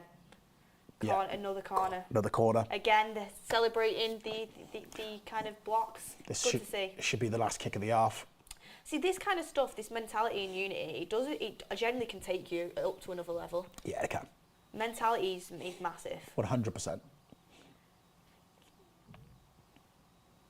Let's get a good delivery. Another good delivery, and again, another good header away. Yeah. Should be coming up now to half-time. I think maybe one last roll of the dice for Denmark to get a goal before the half-time whistle. I said before this game, I'm doubt we'll see a 0-0 game in the World Cup. Could I have jinxed it? To be honest, it's going what I thought. I thought it'd be a tight, close affair till 55 or 60 minutes. I think the Tunisians will naturally drop and Denmark will grow into it. Michael RB says everyone hyping Brazil up too much, I think. Yep, and on that note, it is half-time. Michael clapping the fans. They need to do more, Denmark. If they want to win this game, they need to do more. They need to be more clinical in the final third, and they need to stop these Tunisia chances coming in through the back. It seems like that ball in behind for them is working well for Tunisia. That one offside, that other chance. Yeah. I mean, and he's had a few other chances as well that haven't been quite as clear-cut. So Denmark maybe just need to tighten up a little at the back and watch the through balls. But other than that, I think they just need to be a bit more clinical because they've had some really nice kind of touches and stuff. just needs to put the ball in the back of the net. Maybe need a free kick for Eriksson. Yeah, Tunisia definitely had the better chances. I thought it was Denmark seemed to grow into the half, but ultimately the better chances fell to Tunisia. The 2 clear-cut chances, and really they could have been 2-0 up going into the half-time. Hopefully that doesn't come back to haunt them in the latter stages of this game. Ryan saying Denmark should have had a pen in the chart. That was not a pen, it was a soft one. I'm saying if that Trippier one and Ronaldo wasn't a pen, that one definitely wasn't. And I'm still holding on to that. But we've got now in our stand-up set, everybody, we have Adam and Charlie. They've been watching the game behind the scenes. And we were saying before we went kind of live and watched that game that Denmark could be the dark horses and that they could be a semi-final, quarter-finalist. What do you make of that game? Because like I said, you can't write anyone off. Tunisia played pretty well. Oh, it goes to show, doesn't it? They are that quarter-final, last 16 team, Denmark. Have they got that extra bit that can take them, that bit of pizzazz, that extra sort of X factor? They just don't have it. It's simple as that. And Tunisia, very technical team. The African teams in this year's World Cup are very good. We spoke about it with Senegal yesterday. We said it in our watch-along, and they just have that. And the inexperience in that forward position, like the key chance that they had there at the end that Schmeichel saved, this goes to show that they're just missing that little bit, but this game could still go either way, easily. Yeah, I mean, apart from really England's game, that was obviously the big goal game, but I think most of the other games have been kind of feeling each other out, right? Both teams, I think you can tell, and again, this comes down to a lot of the other games, you can tell they just don't want to lose, because again, when you come down to losing your first game, it's not a good outset, and you saw it earlier on with Argentina. Yes, I've taken the shirt off. I've not disrespecting anyone, I hope, but I've taken it off. You were just disappointed with Argentina, weren't you? That's it. He's down tools as soon as he's seen a bad result against Argentina. To be fair to him, there was a crease in the shirt he didn't like. He just wanted to take it off and get it right for the next one. Indeed, yeah. That's all it was, yeah. But it goes to show, you just said there comes that moment in a game, Jordan was talking about it, 60-minute mark, you start thinking, we can't lose this game. We've just got to stay in the group. We've seen, you see who else is in this group. If you don't lose this first game, then you're sort of still in position to go in the next 2. But if you do, you feel like you're up against it straight away and it's an uphill climb. Well, that's the thing. In yesterday's watch-along, when we were watching Senegal-Netherlands, it was probably the most boring game I've watched in the World Cup so far, right? But there were still 2 goals towards the end. And I think as the later you go into the games, yes, you're right in saying, both teams aren't going to want to lose, but they're going to want to win, aren't they? So, I think someone's got to, and this might come down to Eriksson's kind of magic in terms of creating opportunities and creating opportunities through breaking the lines with passes and stuff. Maybe it's his kind of excellence, or not even necessarily him. Maybe it's a Tunisian player or something that can have that moment of magic that can break the deadlock. Well, that's it. The poll that's up right now is who is getting the Golden Boot. We know what teams are coming from. When you've got that player, when you've got that world-class player in your team, games like this, you've always got a chance. They can just do something just like that. But for me, looking at this game right now, I don't see it. I don't see any player standing up above anyone else. Yes, we could still get the winner. One of these teams could win, but I do think that, unfortunately for Beth and Jordan, it could be one of them in the end where they start looking at it going, I'd rather just stay in the competition and get the draw and still have a chance in the last 2 games of the group. I definitely think Tunisia will be thinking like that.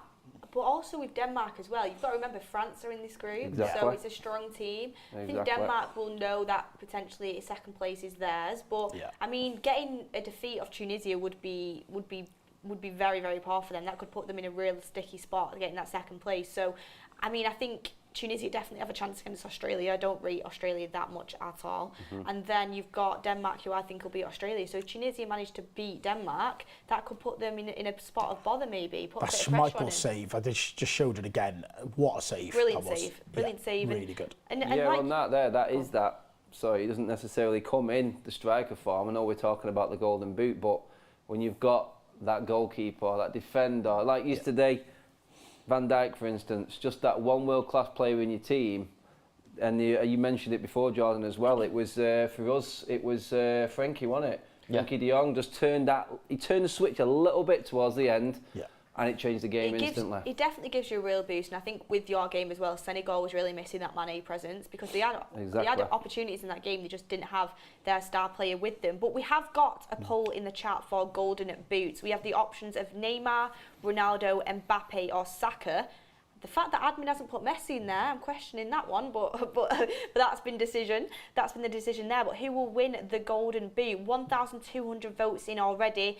Get your votes in. It's very, very split. 29% currently on Neymar, 36% currently on Ronaldo, 19% on Mbappe and 15% on Saka. I mean, Saka is a low-key shout for me. I think he plays really well for England. I think he's going to get game time under Southgate. I can see England going quite far. I mean, out of them options, Jordan, take me through him. Who do you think's more likely to get the Golden Boot, or do you think there's anybody else that is there that could get it? Messi was obviously the one that is missing, but I think Neymar. I think Brazil will go further into the tournament, and obviously the more games you play, the more chances of scoring goals. So yeah, I fancy Neymar to go on and win the Golden Boot. He's great form for PSG. I think it's his time to shine. We've got Caleb Belay saying Ronaldo will knock out the English. I mean, it could definitely happen. It's not going to be the first time, is it? But we'll have to wait. I can see the wink all over again. We'll have to wait and see about that. But it depends. If Portugal, some people are writing Portugal off. Adam, Portugal, Ronaldo, any chance at all? I know you're not his biggest fan at this moment in time. No, I mean, I forget about Ronaldo. It's the rest of the team. It just depends how they want to play it. I mean, me and Charlie have spoken about this. I think we talked about it yesterday as well. And the players that they've got, you've got a João Felix there. If he can't get in the team because Ronaldo's there, then that's when your coach has to sort of come in, Charlie, doesn't it? And actually say, look, these are the coaches. And I mentioned it before with Southgate. There's coaches out there that will see past the star player and make that big decision. If the Portugal manager, I don't think he will, if he can see past that, I'm not saying Ronaldo's going to have a bad tournament, by the way, but if he's not doing it like he hasn't at United this season, then the decision needs to be made, doesn't it? And someone of João Felix quality and the other players that they've got in that team are more than enough to take this Portuguese team to the final, if not better. I'm wondering, to be fair, who Ronaldo would run to this time. Would it be another Piers Morgan interview if the Portugal manager just decides Ronaldo not to play in the chat again, Charlie? Well, you've learned your lesson on that one. Charlie, lighting fires here. I was trying to be PG, and he's just taking it up guys, to the come on. Again. we have no PG on here. This is Ronaldo shade. Careful. We've been waiting outside the studio for you. There'll be people waiting for you in the comments on this. But currently we have 10,000 watching, so thank you so much, everybody. It's great to have you in the chat, and we've currently got 2,500 votes. So get voting. If there's 10,000, make sure you get your votes in because it could sway the vote. Ronaldo taking it at 35%. We've got Ronaldo FC in the chat, everyone. You know, I mean, he scored 3 goals all season, but people think he's going to get the Golden Boot, and that's why I said never write off Ronaldo, because you know it wouldn't be a shock. It generally wouldn't be, because we know he's got them capabilities. But who do you think it'll be, Adam? If you say you think Neymar, don't you? Yeah, I always went with Neymar. I think this World Cup and this Brazil team is set up for him to suit him more. I think Ronaldo, I mean, he's got 500 million followers, hence the chat going the way it is. Not having a dig there at all. But when you look at form, Neymar, he's on fire for PSG. Yeah. Jordan's touched on that. But I look at the Brazil team, it's set up to work around him. That's how I feel. And that's because you look at you said before, the longer you go in the tournament, but you could have an Enner Valencia sort of scenario with Ecuador. You know what I mean? One game you could get 3 or 4 goals. And then you sort of just adding 1s and 2s to it, like Harry Kane against Panama back in 2018. That's what gave him that Golden Boot, because the other games he didn't score against Colombia. I don't think he did against Sweden either. So sometimes it's all about the teams you play in your group as well. I think with the team suited to Neymar and who they're actually playing in their group as well, I think that's why I'm going with Neymar. Anyway. Yeah, I think Neymar and Mbappe are the 2 names that spring out to me. I think a lot of people forget how good Mbappe has been for France in previous competitions as well. And he was obviously... He's now going to be kind of a big outlet for them as well, with Benzema being well. Yeah, I mean, he was a lot younger then as well, and a lot more inexperienced. And I think a lot of people do forget that. But again, Neymar shouldn't be overlooked. And I do feel that Brazil have got some... real talent across, the majority of the pitch. I think a lot of people would say that maybe whether it's fullback positions, they're struggling a little bit, but I think the quality elsewhere is outstanding. I think first time in a while, England's fullbacks are actually better than Brazil's fullbacks. Yeah, I Crazy mean, to say. maybe one. I mean, England have got a good team. They have. And Simmer J, a Red Devil, says, "What do you think about Tunisia 14?" He's just been on the screen. He's been doing the fist pumping. He's been getting the crowd up, and he's been good. He's been solid. He's been very, very solid. So yeah, I think Tunisia, they seem together in this. But back onto the Golden Boot discussion, I want to bring up one name that we probably think is probably the most unlikely, but I actually think, depending on how far England go, Bukayo Saka. He seems to be doing very well for England. He was having a good tournament in the Euros, but unfortunately, in some people's eyes, the penalty did overshadow it. He shouldn't have, but it did. And he's having a great season for Arsenal. If England go far, he's going to play under Southgate. We know Southgate really likes him. Yep. Jordan, do you think he's in with any chance? Again, I think that the boys make a really good point. It is all about who you play. And you look at the group, you know, Iran, a couple of goals there, Wales. Go on, say it. Listen, goals there. it could go that way. That, you know, we concede a couple of goals. USA, I think they can be got at. Yeah, the route to the final could be kind, and Saka always seems to find himself in the right place. He's done that for Arsenal so many times. He can't score goals.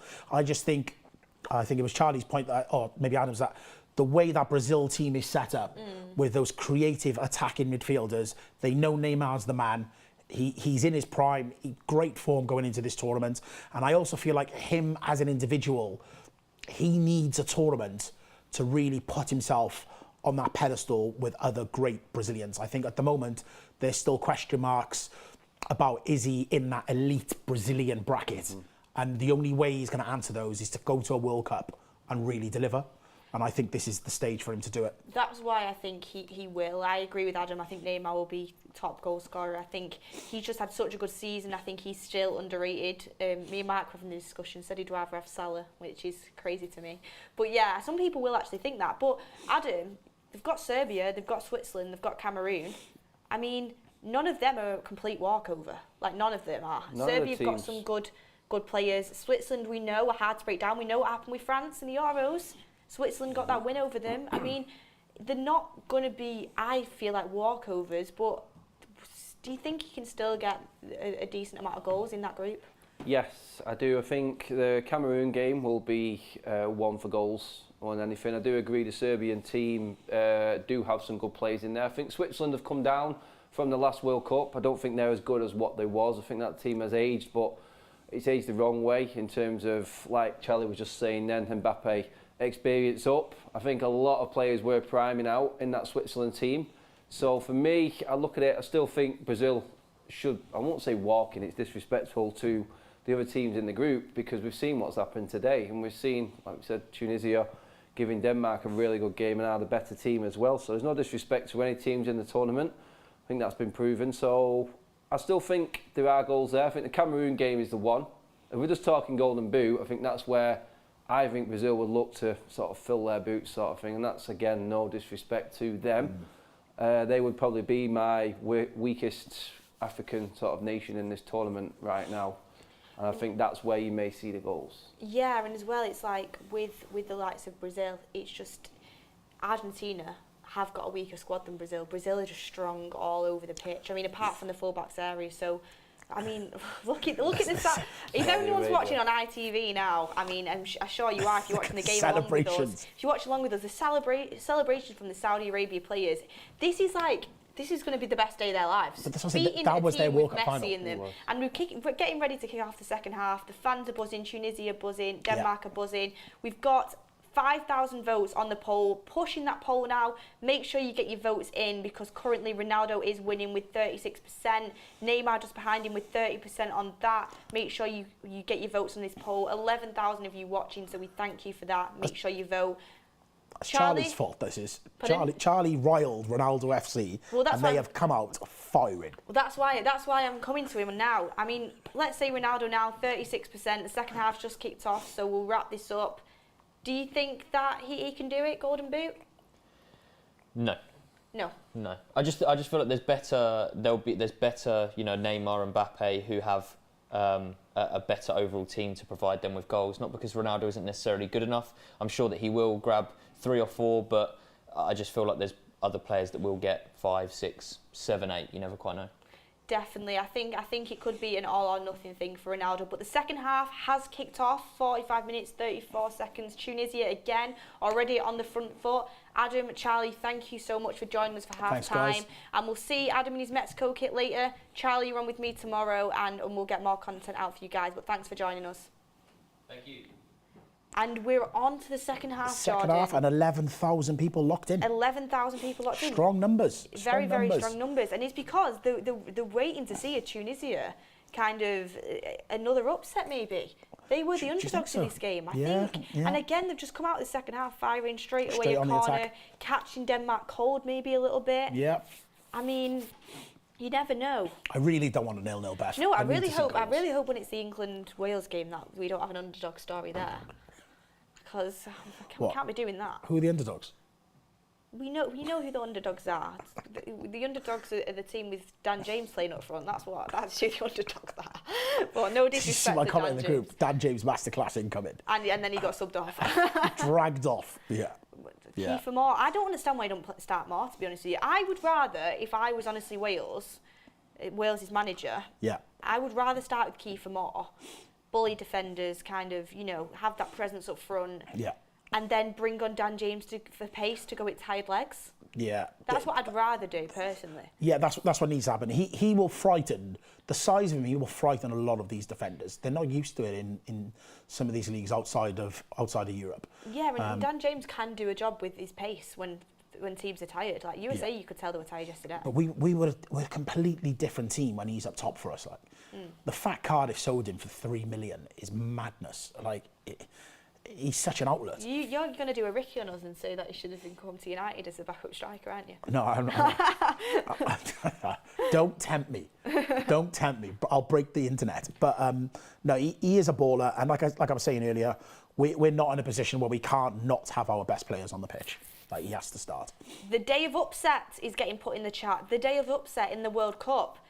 Upset Denmark, upset Argentina.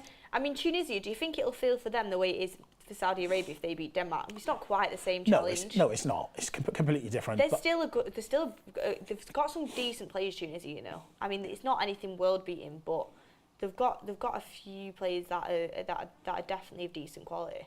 You can see it in this game, to be fair. No, definitely. They've surprised me. They're better than I thought.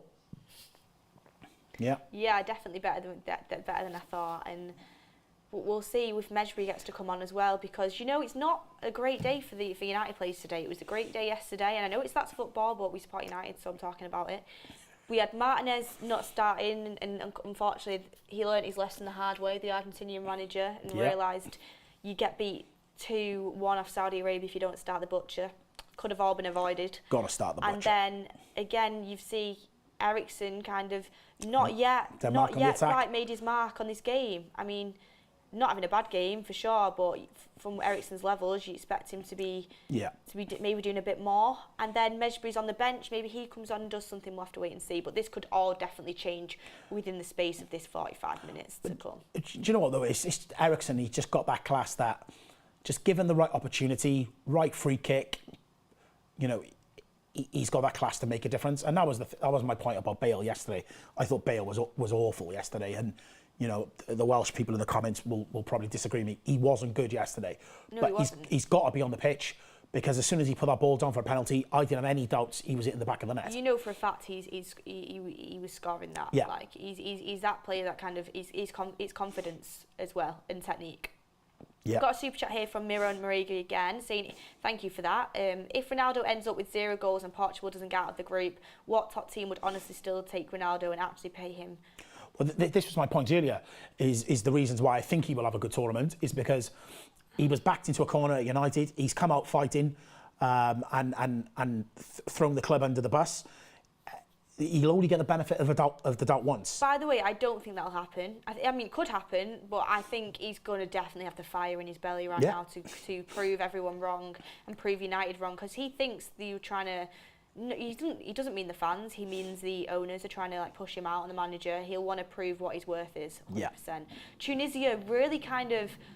Oh, on the break. Fighting. Oh, they're on the Here we break go. now. They're in. Here we go. They're through now. They're in. Come on. Oh, it's so poor. It's just the final product. Yeah. Come on. Just can't And do seem you know to what? execute that final shot. That guy in the middle then, I don't actually know the name of him, but What a pass. What's the number? He needs to be on his bike big time.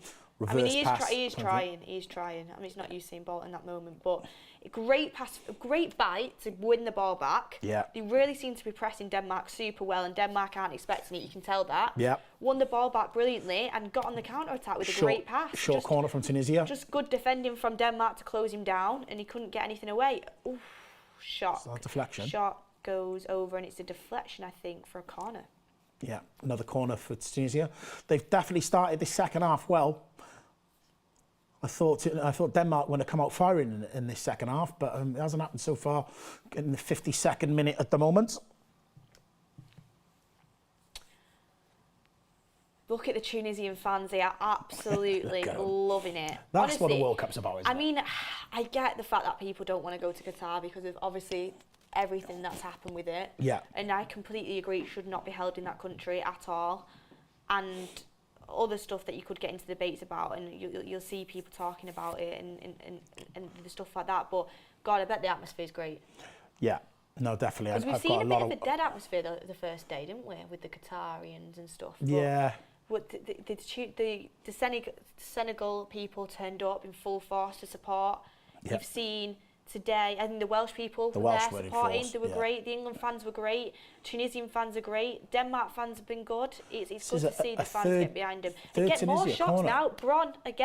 Bron with a shot, and Tunisia with another corner. Yeah, header, and then it comes back and a volley on the edge of the box and another block from Denmark. They are really kind of having to put their defensive hats on Denmark here. Yeah, that's the third Tunisian corner. Apparently we are 20 seconds off on the clock. It is 52:30 as I speak. So, yeah. Yeah. Hopefully get the clock synced up. I smell an upset. I also smell an upset. Oh, I can smell Upset to Beth's going to get Jordan's lunch. wallet. Yeah. So the clock right now is 52:51 on the time. And Tunisia coming out, second half fighting. Yeah, They want that goal. They want it. They want it.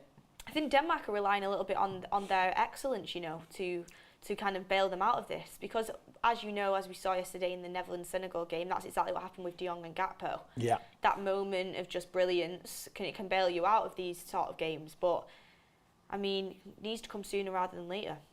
Yeah. Tunisia look good. They do look good. There's people in the comments saying about it shouldn't be held in Qatar. Who are you to say the World Cup shouldn't be held in Qatar? The reason I don't think it should be held in Qatar is I just don't think it makes sense to do it halfway through a season, which is what you need to do because of the weather conditions. I'm personally, I do appreciate you should respect other cultures and other countries' beliefs, but for me personally, I think in football we should be spreading a worldwide message of togetherness and everyone is welcome, and Qatar don't promote that. So I unfortunately, it's like, I don't want to get into the deep topics, but I know like there's so many people out there that are of the LGBT community that can't go to Qatar and watch it because they don't feel comfortable. We shouldn't be excluding people from that, in my opinion. So that's why I don't think it should be held there. Yeah. And I don't also finally agree with the prices that they pay the workers that have worked there. I don't agree with that, especially with the amount of money and wealth that they have. So that's why I don't think it should be held there. But of course, I respect the Qatarian people's beliefs. If you're there, like with the no drinking thing, understandable. Got to get on with it. But yeah, to be honest though, I think it comes back to FIFA, doesn't it? They've made the decision, but it's there, so let's just enjoy it while it is there. Denmark! Oh, I can smell lunch! I can smell lunch! No, come on! No. Is he offside? It's offside. Oh, he just did the celebration that I did, where you pre-celebrate. She's done me dirty. Pre-celebrate. That was a great block by the Tunisian defender there. She's done me dirty. Damn it. Offside. The comments got ahead of themselves as well with the goal. Great save, great block. How long has he let that go before he put a flag up? He must have gone up a lot. He must have been the offside from beforehand.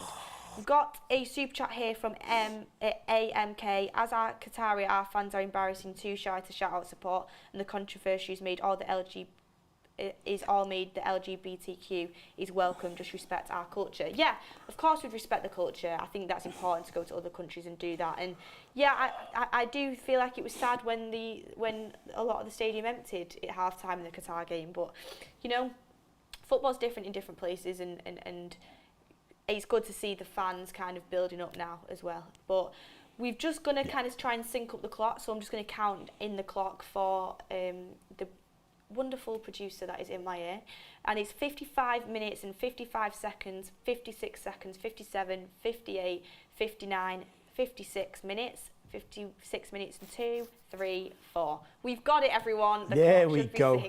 For all those who got OCD and can't handle being a couple of seconds out, we're up to date. Yeah, we're doing it for them. Yeah, how are we doing for likes, guys? Denmark are going back in here.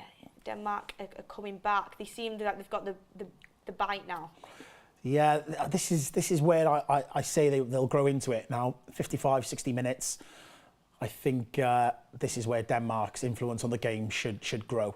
Denmark are coming in again. No one was on the back post. Whew, my lunch is hanging. It's hanging by thread. By thread. How many likes have we got, guys? If you can let me know on that. Make sure you get your likes in down below because they really appreciate them. I think Denmark now is sensing blood, you know? Yeah. They're coming in. Tunisia, for this moment in time, just need to kind of hold on. They've got 10 men behind the ball. They need to just kind of hold out the storm right now.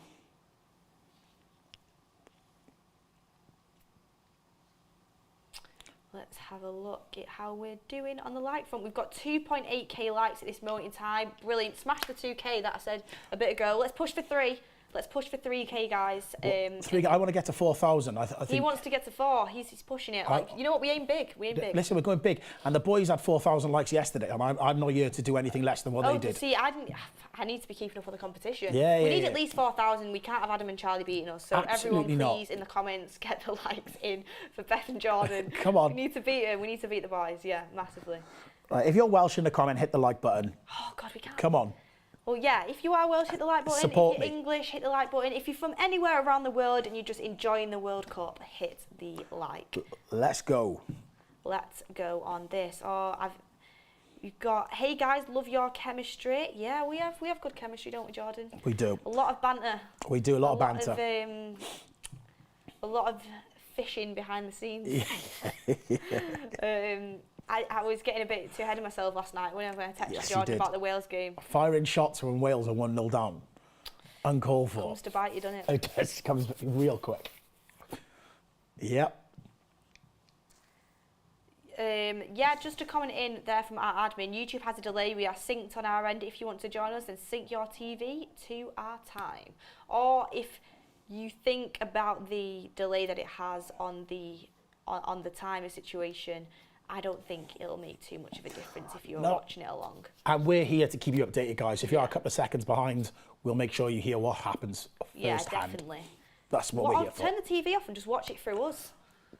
That could be. It's not a bad shout. Yeah, it could be. It's not a bad shout. Not a bad shout. Yeah, I agree with that. But yeah, Tunisia getting the possession back into the game now, with Denmark just having that little spell. Do you know what? Offside has saved a few teams this tournament, hasn't it? So it saved Saudi Arabia earlier for sure. Yeah. Strong tackle. Free kick now for Tunisia.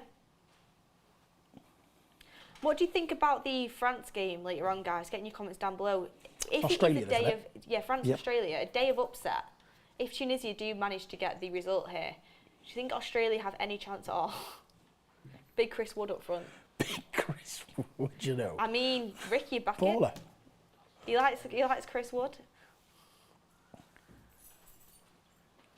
Got Mexico and Poland as well. Who do you see out of that one? I need to get Ricky's thoughts on Kiefer Moore. He likes a big man up top. We'll have to ask him when the game finishes. Yeah, definitely. So we have here now Denmark on the attack again. They've definitely grown into this second half, haven't they? That's onside, but I think it was. I'm not sure. I mean, he's let it play on now. Denmark going again, get the cross in. Good ball. A good header away from the Tunisian defender. Is Tunisian? Tunisian, yeah. Okay, out for a Denmark corner. Oh, everyone's saying Chris was from New Zealand. I've had an absolute shocker. I've had an absolute shocker. Oh, I promise you guys, I am intelligent. I promise. Oh, God. Yeah, for any clarity there, Chris Wood is from New Zealand, so Australia don't have the pleasure of his service. So the big man isn't up top The big man isn't up top. Right, okay. Who is up top for Australia? Does anyone in the comments know who is up top for Australia? I'll have a look at the clearance for Tunisia then from that Denmark corner. Yeah. And then on the attack. On the attack, let's keep it going. It's been a well thought out game. Both teams in the tackle. Referees allowed it to play. It's been a good game. A really good 0-0 game. I'm getting called a prat, Jordan. To be fair, I deserve that. I deserve it for my lack of knowledge of the fact he was from New Zealand. That is poor. That's all right. That's like people saying you're from England, isn't it? I wouldn't have that. The Welsh in me wouldn't allow me to have that. Were you born in Wales, Jordan? Yeah, I was born in Cardiff. Yeah, unlike Kiefer Moore, your favourite. Do we want to talk about all the English players that were not born in England? Like who? There's loads.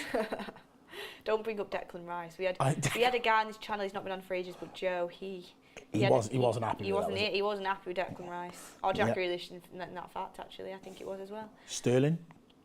Right. Well, let's just. Who else? Let's cut that comment. We'll leave that one. We'll leave that comment. All right, come on then. Tunisia are coming back up the pitch now. It really does seem to be kind of an end-to-end game where just both teams just don't have that final bit. Yeah. They're getting subs ready to come on. Cornelius and Jensen coming on for Denmark. Manager wants to change it up, rightly so. He needs something. He needs something to kind of spring these into life. You're still getting pelters about this New Zealand thing. One of the comments is I like me some big wood up top. Sorry, I probably shouldn't have read that out, but it made me laugh. Someone said this guy sounds English, not Welsh. Who said that? Nah, you have a Welsh accent, Jordan. I think he's just winding you up. Surely no one's genuinely thinks I'm English. Just trying to wind you up. That's getting on my bandwagon. There we go. No one as Welsh as they come. Here we go. Denmark on the. Oh, Denmark on the. He's took him off there, surely. Yeah, I think that's. Is that not a free kick? Fair enough. Wow. He likes a strong tackle, this ref. He does. I was just saying he's let the game flow, but I thought that was a free kick. Maybe I was just hopefully wishing for lunch. So Alex G says that Ricky also likes Dan James. Don't listen. Look. And then another super chat. Haaland was born in England, wasn't he? Imagine him up front. Yes, Chad Fox, you are right. If only. Right. Imagine Harry Kane and Haaland as your striker options. What could have been? How frustrated do you think Kane was yesterday not getting goals? I think very. Yeah. I think, obviously, you could see him celebrating with Saka, but in the back of his head, he was like, my golden boot. But yeah, I think he'll definitely have the bit between his teeth now for the next game. And that's why I don't think Wales are safe in that final game, you know. Harry Kane will look at a golden boot opportunity. We'll see what happens with that one. This is what I'm saying. There's no way, whatever 11 he plays, they're going to want to beat Wales. A lot of those players share the same changing rooms and stuff like that. The changes are happening now. We have coming on. Let's have a look. The captain, Kea, coming off for... Oh, Eriksen's been given the captain armband, which is nice. Nice touch. It is, and I think he deserves that. Coming on for Jensen, number 7. Yeah. First change. He's giving some sort of instructions. I can't quite make it out. And then the second change is it Lindstrom? On for, I can't see who it is. Yeah, Lindstrom on for... Oh, Dolberg's come off as well and Skarv Olsen. So I think... The other one is Cornelius, yes. So Cornelius, Jensen and Lundstrom on the pitch. Is that Cornelius? Did he used to play for Cardiff? I'm sure it's Cornelius we had at Cardiff. Potentially. I'll have a check. We've got another super chat in from Aeneas Rebirth saying, fun fact, there was only one game that ended 0-0 in the 2018 World Cup and it involved Denmark, who drew with France in the group stage. Do you know what I said? It's very unlikely to be a 0-0 in the World Cup. that fact has proven me correct, but we might have it here, Jordan. You never know. Yeah, we could And do, that but makes us unique. it hasn't felt like a 0-0 game. Do you know what I mean? There's been chances at both ends, and it's been well contested. So yeah, no, I'm happy with it. He plays the striker for Copenhagen. I don't think it's the same one, you know. Ah, right, okay. Don't think it's the same one. But Cornelius Denmark. Let's have a look. Oh yeah. He did. Oh no. What? Who played? Yeah, he joined Cardiff. Yeah. He did, didn't he? For a world, for a club record fee of $8 million. Yeah, I remember. And ended up flopping, unfortunately, for them. It's horrendous. Yeah. Do you know who the manager was then? Who? Ollie. My favourite. Careful. Fish is coming out again. I love our banter. Oh yeah, honestly, don't get me started on that. The comments will come for me the same way you have. Tell you what, honestly. And at the moment we have, let me just check on the likes situation, because we're determined to beat them, aren't we? We're on 3.1. Let's push to 4K, everyone. Come on, guys, 4K. Let's push to 4K likes. Come on. If you want Jordan to keep kind of going in on me, make sure you hit the like button. It's coming home, says Charlie Morley. He's right. He's coming home. And I might sing that song for you as well, if you're lucky. No, I'm not going to say that. I was going to say, no, I'm not going to say it. I'm not going to leave it. But all I'm going to say is I just want you to keep the same energy if Wales get a result. Oh, I'll keep the same energy. Don't worry. I'll accept defeat. I will go L. missing. I'll accept the L. I'm going missing, just so you know. Potentially a 0-0, says Paul Harris, but not for the lack of trying. Go Tunisia. Yep. He played for Cardiff in 2013-14. That might not have been Ollie. I think that was Malky Mackay. I think that was just before Ollie. Oh, Ollie back in the win. Yeah. I think so, yeah. That would be a bit before Ollie's time. Right, I want to see a goal, Jordan. I'm trying to manifest it. Come on. I don't even care if I have to buy lunch at this point. Yeah, I'd like to see a goal, to be honest. Even though we've had 2 offside runs that we've both celebrated. Yeah, I know. Oh, at least you've had something, eh? Yeah. A split second of joy. Yeah.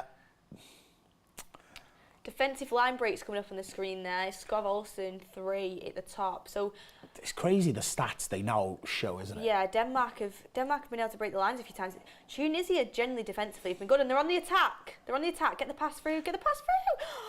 Oh, it's nearly a brilliant pass. Just a little bit overhit there, and Schmeichel comes and picks it up. Schmeichel, great distribution as well. What's the distribution from Schmeichel? It's 10, not 10, isn't it? Honestly, it's a shame he's not doing very well in Nice, because he's a good keeper. Yeah, I think he's up there with Aaron Ramsey, and there's a few players that have gone up there. They've not long been bought, haven't they? So they've signed a load of like big names to go out to the team to help raise the profile. And I remember reading, that Schmeichel hadn't done well. Again, Eriksson. He goes for Eriksson nearly gets Denmark out of the mud again and nearly secures them the first goal of the game. But he's a brilliant save from the Tunisia keeper. Great save. What a save! Yeah, I mean he should have saved it, but it was he should have saved it. He could have hit it potentially a little bit more to the right of the goal, but I mean, good save from the Tunisian keeper, and he gives his player a little kiss to appreciate it as well. But yeah, good save. Denmark corner. Denmark good delivery. Let's see. He influences the game so much, doesn't he? Yeah, his technical ability is great. Yeah. The Tunisian offence is rising. Let's hope so. I think it's tiring a little, actually. It's a good ball in. Off the line. Did that go in? No. Oh my God! It just got saved off the line. I was certain that was in the bottom corner. Then Eriksson again with a brilliant delivery. Yeah. And a header back across goal, nearly nestled into the bottom corner, but somehow stayed out. Was it a block or was it the keeper? I don't know. Need to see the replay. The replay's coming, guys. So the corner comes in. Great delivery, by the way. Great delivery from Eriksson. Heads it in. It's hit the post. Hits the post, and the other Denmark player misses it on the rebound. Wow. Off the beans on toast. You just get the feeling if anything that good that's going to happen is going to come through Eriksson. He just seems to have that influence. Yeah, that little bit of class on the ball. I want to see Mejri come on. Oh, brilliant pass. Great pass from Great pass. Go at him, go at him, go at him. Take the shot. Oh. Corner? Cut back. And it is going to... Oh, he thinks it's handball. handball.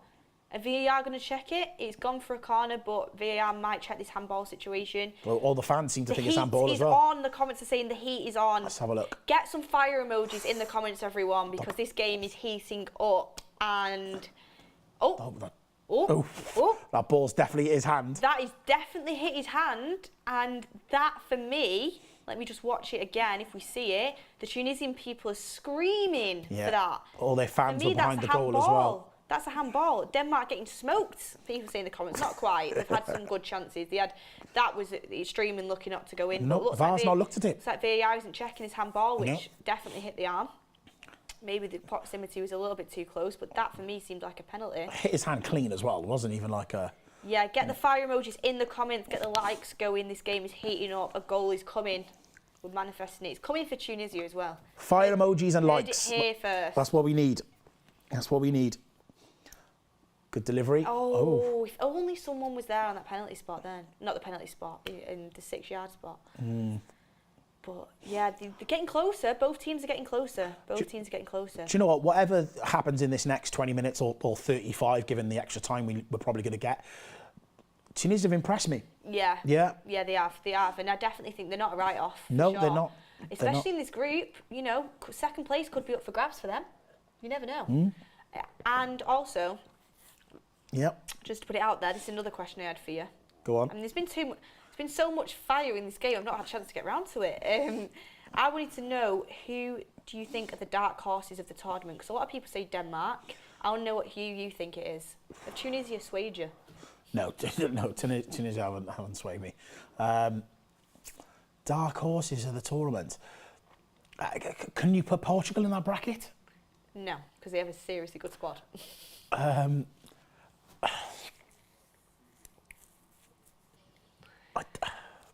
comments are waiting answer. I don't know. Portugal were mine, but yeah, they can't be classified. Why can't they be classified as a dark horse? Because they've got a seriously good squad. They're not. But they've never won it.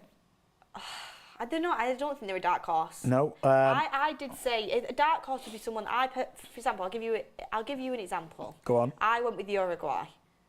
Not got the strongest squad out there, but definitely you've got some players that I think go under the radar. Could be a good shout. Other people have said Serbia. They've got Mitro, they've got Milinkovic-Savic, they've got some other good players. That could be a shout. So, do you know? Okay. Yeah, Uruguay. Oh no, it was too close. Go on. Yeah, okay. Uruguay's a shout. Poland would be lower up front. Why don't you back your boys, Denmark? No, They're not convincing you, are they? I think you should have asked me before the tournament started, because now I've seen a few teams. It's kind of swayed me from what they are. I probably would have said someone like a Denmark, but they just haven't shown enough going forward. So yeah, no, Uruguay isn't a bad shout. They've got some absolute ballers.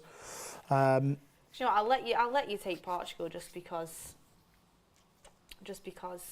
you know you can't think of one, Jordan, and I want you to give a team. But Portugal is definitely for me not an underdog. But you never know. I think if Portugal won it, you wouldn't be like, oh my gosh, I'm so surprised. Do you know what I mean? Whereas if Uruguay won it, you'd be like, oh wow. Uruguay have won the World Cup. Someone's just commented. So are they a dark horse? They are a dark horse, of course they are.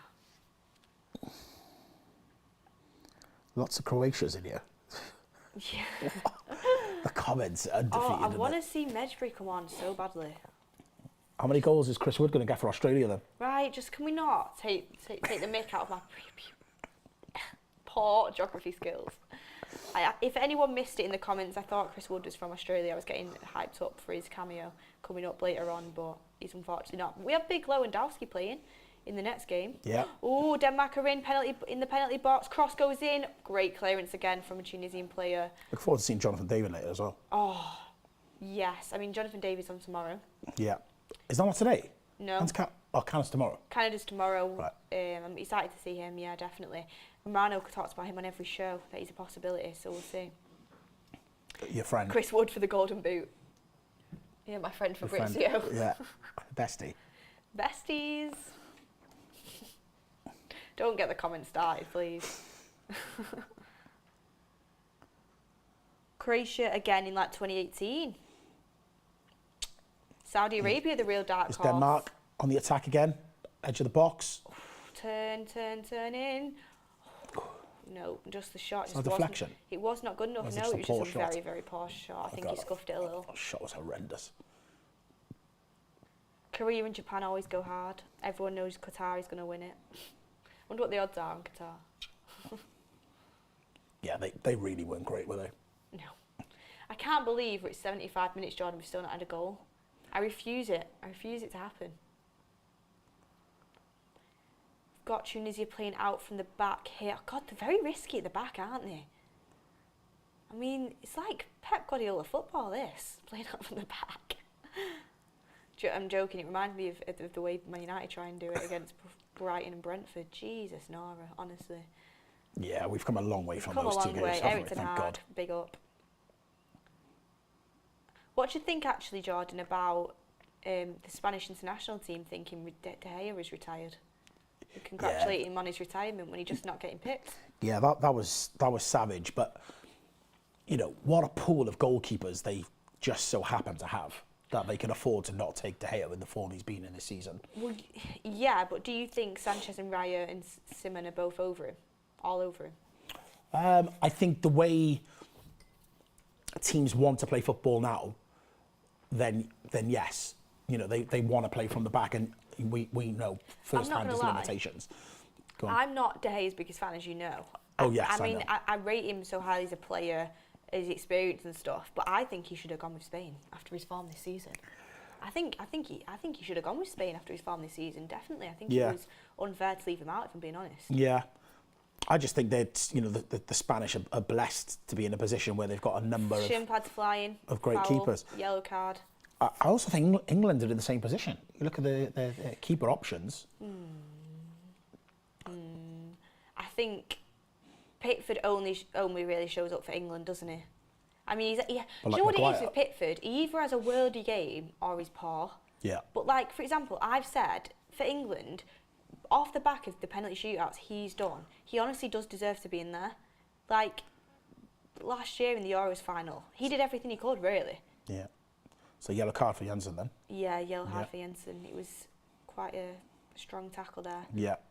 But Ramsdale again shouts that he should be playing. He's top of the league. His distribution's better than Pickford's. I think Ramsdale is a great goalkeeper. And Pope again having a brilliant season. I don't think his distribution's great either, along with Pickford. Yeah. But goalkeeping wise, he's great.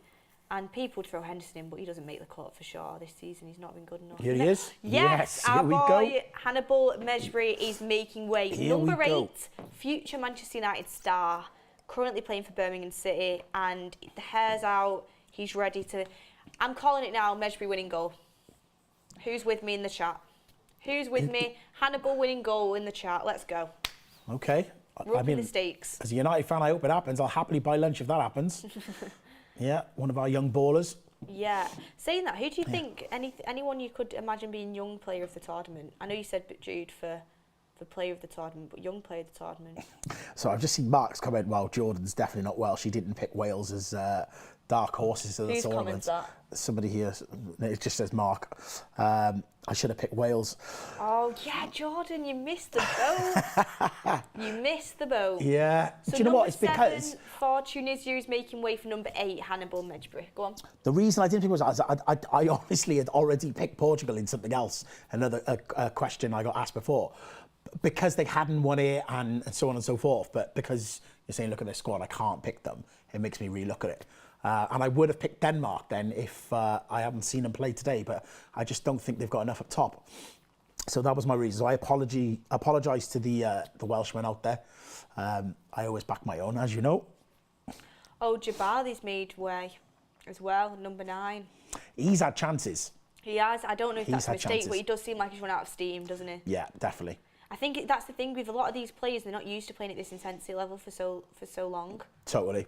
So you're going to see this kind of thing happening with the underdogs. If the thing is, what they should have done, Tunisia, they had to capitalise on that period when they were on top, that offside goal, them chances, they had to score, but they've let it go now. And I think I think it's Denmark's game to win. Do you? Yeah, definitely. As much as I want Medjugorje to get the winning goal and I want Tunisia to win, I just think it's although Eriksson getting the winning goal, I wouldn't mind that, definitely. I wouldn't put it past him. Oh no, I wouldn't put it past him. I think that's one of the more free kick or a shot from the edge of the area. We know he's got that quality. How happy were you for him getting his first United goal, by the way? Who? Eriksson. Oh, so happy. So honestly, happy. he was coming, weren't it? Like there were so many chances he kind of had, and just he hadn't managed to put the ball in the back of the net, or it just hadn't come to him. And he's been assisting people left, right, and centre. I'm glad he ended up getting his goal and that sliding in at the back post. It was a good goal as well. Yeah, really happy for him.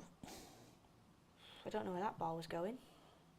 Come on in the comments, let's ask, how many minutes extra time are we thinking? Yeah, let's do extra time bingo. I'm gonna go with 5. Oh no, there's been a lot of subs. I'm gonna go with 7. Yeah, I'm thinking 8 or 9. I'll go 8, one above Beth. Guys, in the comments, how many minutes injury time do you think we're going to get? What did I go with? 7.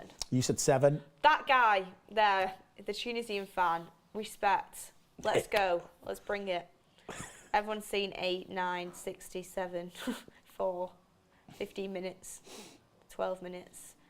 I hope everybody that's commenting has hit the like button, guys. How's our likes doing? Yeah, let's have a look. Jordan's determined to beat the boys. Let's have a look how the likes are doing on here. And we've got a poll in the chat as well. Make sure while you're hitting that like button, you vote on the poll. And we're on 3.4k likes, an extra 600 to go in 10 minutes. It's tight, isn't it? Don't know if we can do it, but guys, pull through. Please pull through and get them lights up. And we've got extra time. 1 to 4, 5 to 9, 10 to 14, 15 plus. Vote in the poll as well in there. I'm going to go with 5 to 9. Yeah, 5 to 9. 68% that is winning with 500 votes coming in. Make sure you get your votes in as well. Yeah. We'll see what comes out. Do you know what? If you're brave, vote for 15 plus, just for the vibes. 15 plus. I don't want it to end. We've got 10 minutes left, John. I'm enjoying myself too much. I know. It's not even been a goal. I know. I said it hasn't felt like a 0-0. You know, there's been chances. I mean, we've had some shockers in the past, haven't we? Yeah. The old Watchalong in the Euros. North Macedonia comes to mind. Literally. And if anyone in the comments right now was here when I did that North Macedonia game, honestly, respect for staying with us as well. So there's a corner. I think that's a corner. He's trying to claim a penalty. I didn't see anything in that personally. No. I don't think he's give a corner. I think he's give a goal kick. 1,000 votes coming in. Referee looks at Di Maria from the back. 66%, 5 to 9, 16% is the next one in line, which is 10 to 14. Let's have a look at this. Yeah, it's all over the place. I've just noticed.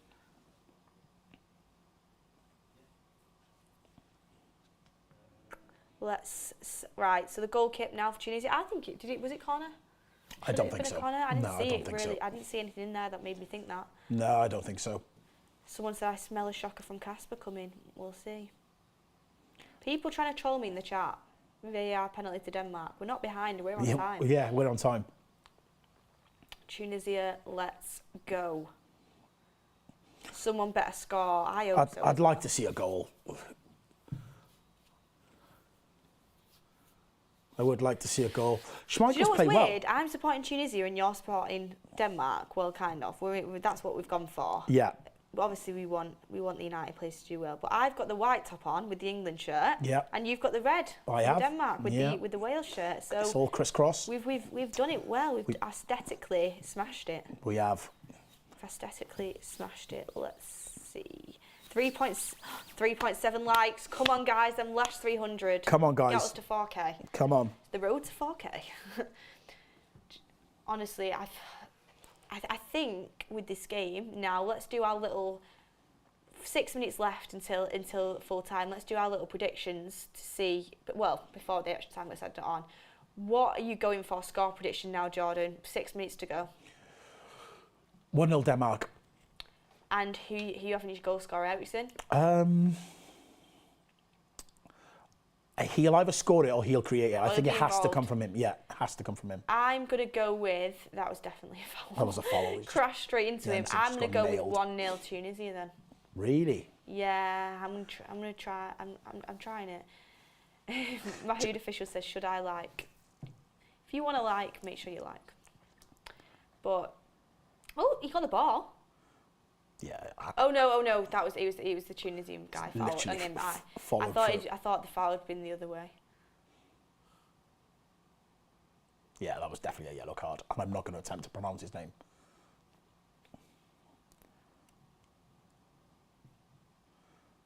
Denmark. Someone said caught in 4K. What have I said in 4K? What have I done in 4K? I'm getting trolled again, probably. Everyone's saying 0-0 in the comments. Yeah, get your score predictions in, guys. Hopefully we can get a goal. And we've got nearly 2,000 votes on the poll. That is great, especially for this time in the game as well. We've got 60% 5-9, 17% 10-14. Let's see. Let's see. We do love a good poll. 4-0 score prediction. We do love a good poll on the channel, don't we? That'd be the turnaround of the tournament. Come on, Tunisia, let's go. Oh, Mejbri, why are you playing back? Play forward, kid. Play forward, yeah. You're in the 86th minute. How's he getting on loan? He's doing quite well, you know, I've heard. Yeah. Obviously, I don't watch Birmingham City on the regular. Yeah. But I've heard he's doing pretty well. So, Birmingham fans seem to like him. Good. He's playing, that's a good thing. And that's the most important thing when Yeah. these players go on loan. You don't want them just sat on the bench. Denmark on the break. Do you know, it's been a very even game. Yeah, it has. And it's gone quick. It's gone quick. It has gone quick, definitely. Let's see. Oh, he's got 2 assists this year, 15 matches. Not had a goal yet, but...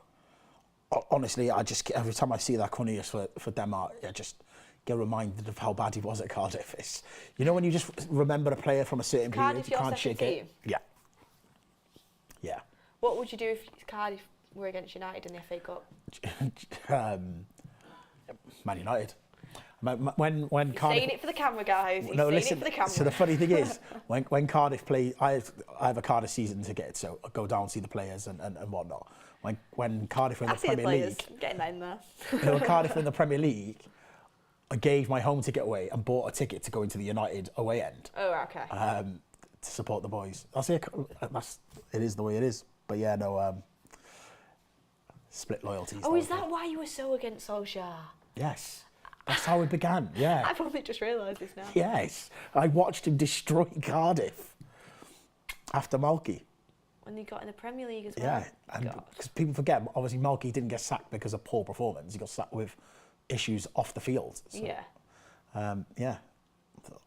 And Ollie came in and just took us you off. apart and relegated us.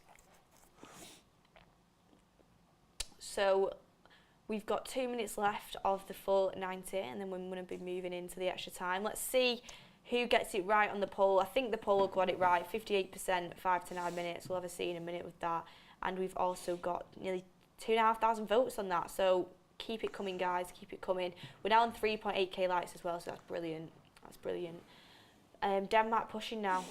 Denmark need to get this goal, I think, you know. I think they need to get it. Yeah, they do. They do. I think Tunisia will settle for a draw, I reckon. Yeah, all day they'll take a draw. But Denmark need will the kick win. themselves if they don't. Oh, Here we go. oh. Come on, Tunisia. Get up. Hannibal, get up the pitch. Foul? No. He just tripped over his feet, I think, didn't he? Do you know what? You can just see, look so tired once they've got the ball, don't they, Tunisia? They're just not doing anything with it at all. Denmark will really regret not getting this win. It could come back to haunt them later on in the tournament. Absolutely. Yeah. I mean, I think this does put Denmark under pressure now. Looking at the group stage, with France in there too. You would assume France is going to win that group. But you never know, France-Australia coming later on That's Football. Tune in for that. Yeah, we're looking forward to that. That's Mark's doing that one, isn't he? Yeah, Mark will be on that one. Cool. Yeah, we'll be watching that. We'll be tuning in. Yes. Let's see if Denmark... You know, they don't look like they're like Denmark, I would be thinking if this was England now, I'd be really kind of hoping for a little bit more at this point in the game, if I'm being honest with you. Someone said, what about the Poland-Mexico watch-along? Yes, the Poland-Mexico watch-along will be Ricky and Adam. 5 minutes added time. Oh. And just there. Just scraped into that. Just scrapes in. The poll did get that right with 56% of the vote saying 5-9. And I got closer with 7 minutes. So not only am I beating you on fantasy, but I'm also beating you on this. Here she goes. Go on, I'll let you have your moment. Bask in the glory. Yeah, you're going to need it because Tuesday you're going to be hiding. Oh, yeah, oh my. Chance for Denmark there. Yeah, a decent chance as well, but couldn't find the back of the net. Go on, let's have a stoppage time winner. A stoppage time winner would be good, wouldn't it? It kind of turn this game around a little bit. Yeah. France and Australia will top the group. People think. I don't think Australia will, but we'll see. Well, no, they don't. Everyone always doubting England, but look at Denmark right now. They are not winning this. Yeah, who's paying for lunch if it's a draw, Jordan? I'll pay for lunch. Yeah, here we go. He's on 4K now.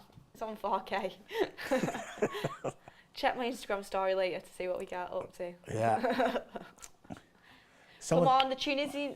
Oh, was it that Denmark? That was Denmark. Yeah. The Denmark fans are spurring their team on, saying, "Come on, let's get this last-minute winner." They've only got 4 minutes to do so. Maybe they thought they'd have more time. Looking at the way this tournament's gone so far. Seamus, good Martha watch along, said, guys. "You can only dream of beating England, Jordan." Listen, you've got to dream it to believe it, and then we'll achieve it. Oh, and I'm cringing. This is true. You've got to, guys. You've got to. I think it'll be tough, but I think it'll be competitive. I don't think we're going to go there and get rolled over like Iran were rolled over. No. So, yeah, it'll be good. We'll see. We'll see. At least you didn't have us as your first game, which you would have got rolled. Oh, yeah, I know. Because you started poor. All right. What's that necessary? Ericsson now with the corner. The fans can't look. The fans cannot look at this. Come on, Connie, redeem yourself in my thoughts. Come on. No. No, great block again from Tunisia. They're for trying to claim for handball. I didn't see anything untoward in there. I think right now I've lost hope for Tunisia 1-0 win, I'm not going to lie. I don't think that is going to come for me. Big hoop from Schmeichel. I think it's going to be either Denmark or draw. Crossing. Oh my God, what a great strike. save. Great save and great corner. strike. Corner. It's literally like Sunday League at this point. Just get the ball anywhere away. What a strike. How far out was that? Brilliant strike from number 25. He goes. He's going into the bottom. He's dipping into the bottom corner. There's a dip on it. Draw is a good result for the Aussies. Yeah, that's true. Yeah, it is. It is a good result for the Aussies.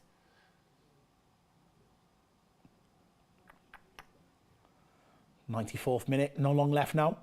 Yep. Oh, check if a possible penalty. Oh, he's gone to look at it. Oh no, I might be buying lunch. it's a. Oh gosh. Oh no, when you go to the monitor, it's very rare in these instances that it gets overturned. Right, if this goes. Let's have a look. Oh, it's a push in the back, or is it handball? Why is he so far away from the action? Is it a push in the box? Or is it the handball? I don't know. It's a push in the box. That can't be. What? Oh, no, nothing. He's over to. You know what? Respect from the referee. And the Tunisia players are clapping as well. Because so many times you'll see the VAR come into play and get involved. Which I think it should get involved a bit more, if I'm being honest with you. Be more consistent. If there's any chance of it, let the referee go and decide for himself. Yeah. And on that decision right there, that was not a penalty. Especially if the first... Oh, it was the handball. It was the handball, right, really get a few views. But if that isn't a penalty if the other one wasn't the other side. So I'm glad the ref's gone over. He's reffed the match fairly and he's decided to not give the penalty. So I'm glad the ref hasn't kind of give in to that pressure that sometimes VAR does bring. Yeah, no, I agree. Yeah, and it came off the chest as well. It's no handball. You'd much rather him go and have a look and make a decision. Can Tunisia get the last roll of the dice here, pumping it up? Jordan, I jinxed us at the start of this game that there won't be a 0-0 in international football, and we've managed to get the first 0-0. Of course, it'd be classic that I would get a 0-0 on the watch-alongs. It's classic, honestly. I should have seen it coming. Should have seen it coming. Oh, this might be the last roll of the dice. Last roll of the dice for Denmark now. On the attack, 95th minute. This would be a bit of a smash and grab when it is late. Pass the ball to Eriksen at this point, please. Tunisia have cleared it. This is it, I think. Yeah. Maybe one last punt. No, it's gone out. It's gone out. That's it. I think that's it. I think that's it, guys. Yeah. Honestly, you couldn't write it, could you? People saying blatant handball in the comments. That wasn't a handball. Hit it with both hands.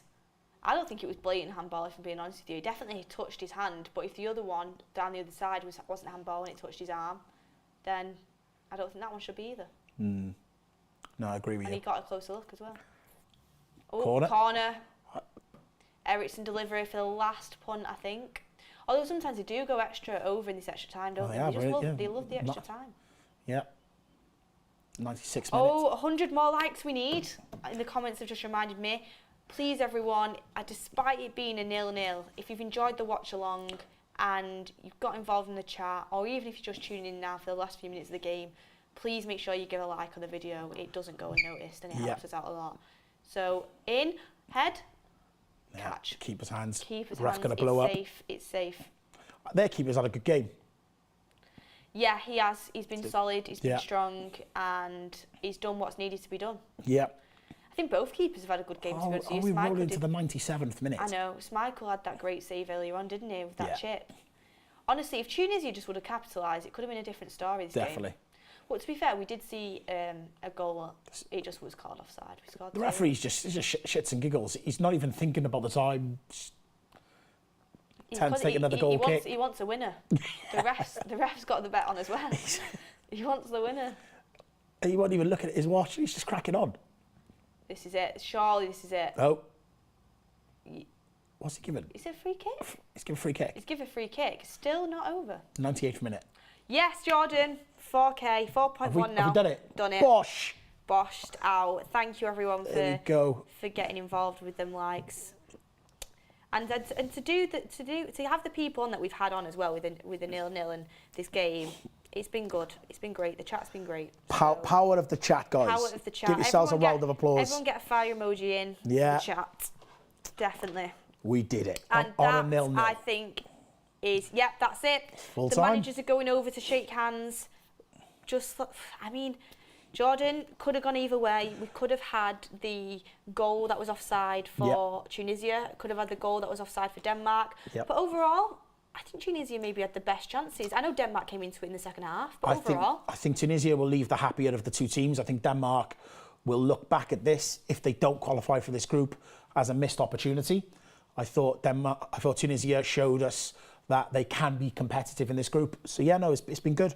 Yeah, definitely. I think this group's going to be an interesting one. It's going to be a fight for second place. All eyes on France-Tunisia later. This is not the result we're expecting. But Tunisia will be happy with that point. They will be. And they'll go to Australia and try and get some off them. So it's good. It's good. It's good to see things not kind of playing out as you thought. I wish there was a goal, but it doesn't always happen. I guarantee you that'll be the only 0-0. Jordan still has to buy lunch. That'll be the only 0-0 of the tournament. Yep, Jordan's on the lunch duties. Daniel White, super chatting, saying, why didn't Denmark get the corner still after the VAR check? I'm honestly not too sure. Once you see it in the game, you kind of lose it, don't you? Yeah. But fire emojis are coming in as well. Account says referee definitely rigged the game for Denmark to win. I don't think so. I think the refereeing was fair, to be honest with you. I thought he was very fair. He let the game flow. There was a lot of strong tackles, which you don't tend to see allowed in the World Cup. I thought it was a great game. Yeah, no goal, but we got the 4K baby that someone put in the chat. So that's the main part of it. That's the highlight of the watch along. No, the highlight was us both thinking that we were getting a free lunch and then it kind of been taken away from us. But guys, honestly, thank you for your chats coming into the chat. Can't wait for England to beat Wales. We'll get Jordan's reaction to that as well. We've got every single game coming here on That's Football for you guys. We've got Ricky and Adam coming shortly for Mexico, Poland. All eyes on Lewandowski. Let's see if that game can offer a few more goals than this one. And yeah, make sure you stay tuned, guys, and stay with us throughout this World Cup. It's going to be a good one, and thank you so much for your support. Make sure you like, make sure you subscribe. And Jordan, do you want to say your goodbyes before we go? Yeah, amazing first watch along in the studio. 11,000 people watching at its peak. Thanks for everybody in the comments, and let's hope Beth doesn't hide on Tuesday when Wales nick a point from England. I won't be hiding, we'll be here, and the studio looks great, and you guys are great as well. So cool. Yeah, we'll see you on the next one, guys. Thank Stay you. tuned for Mexico, Poland, then France, Australia, and have a brilliant rest of your day filled with football.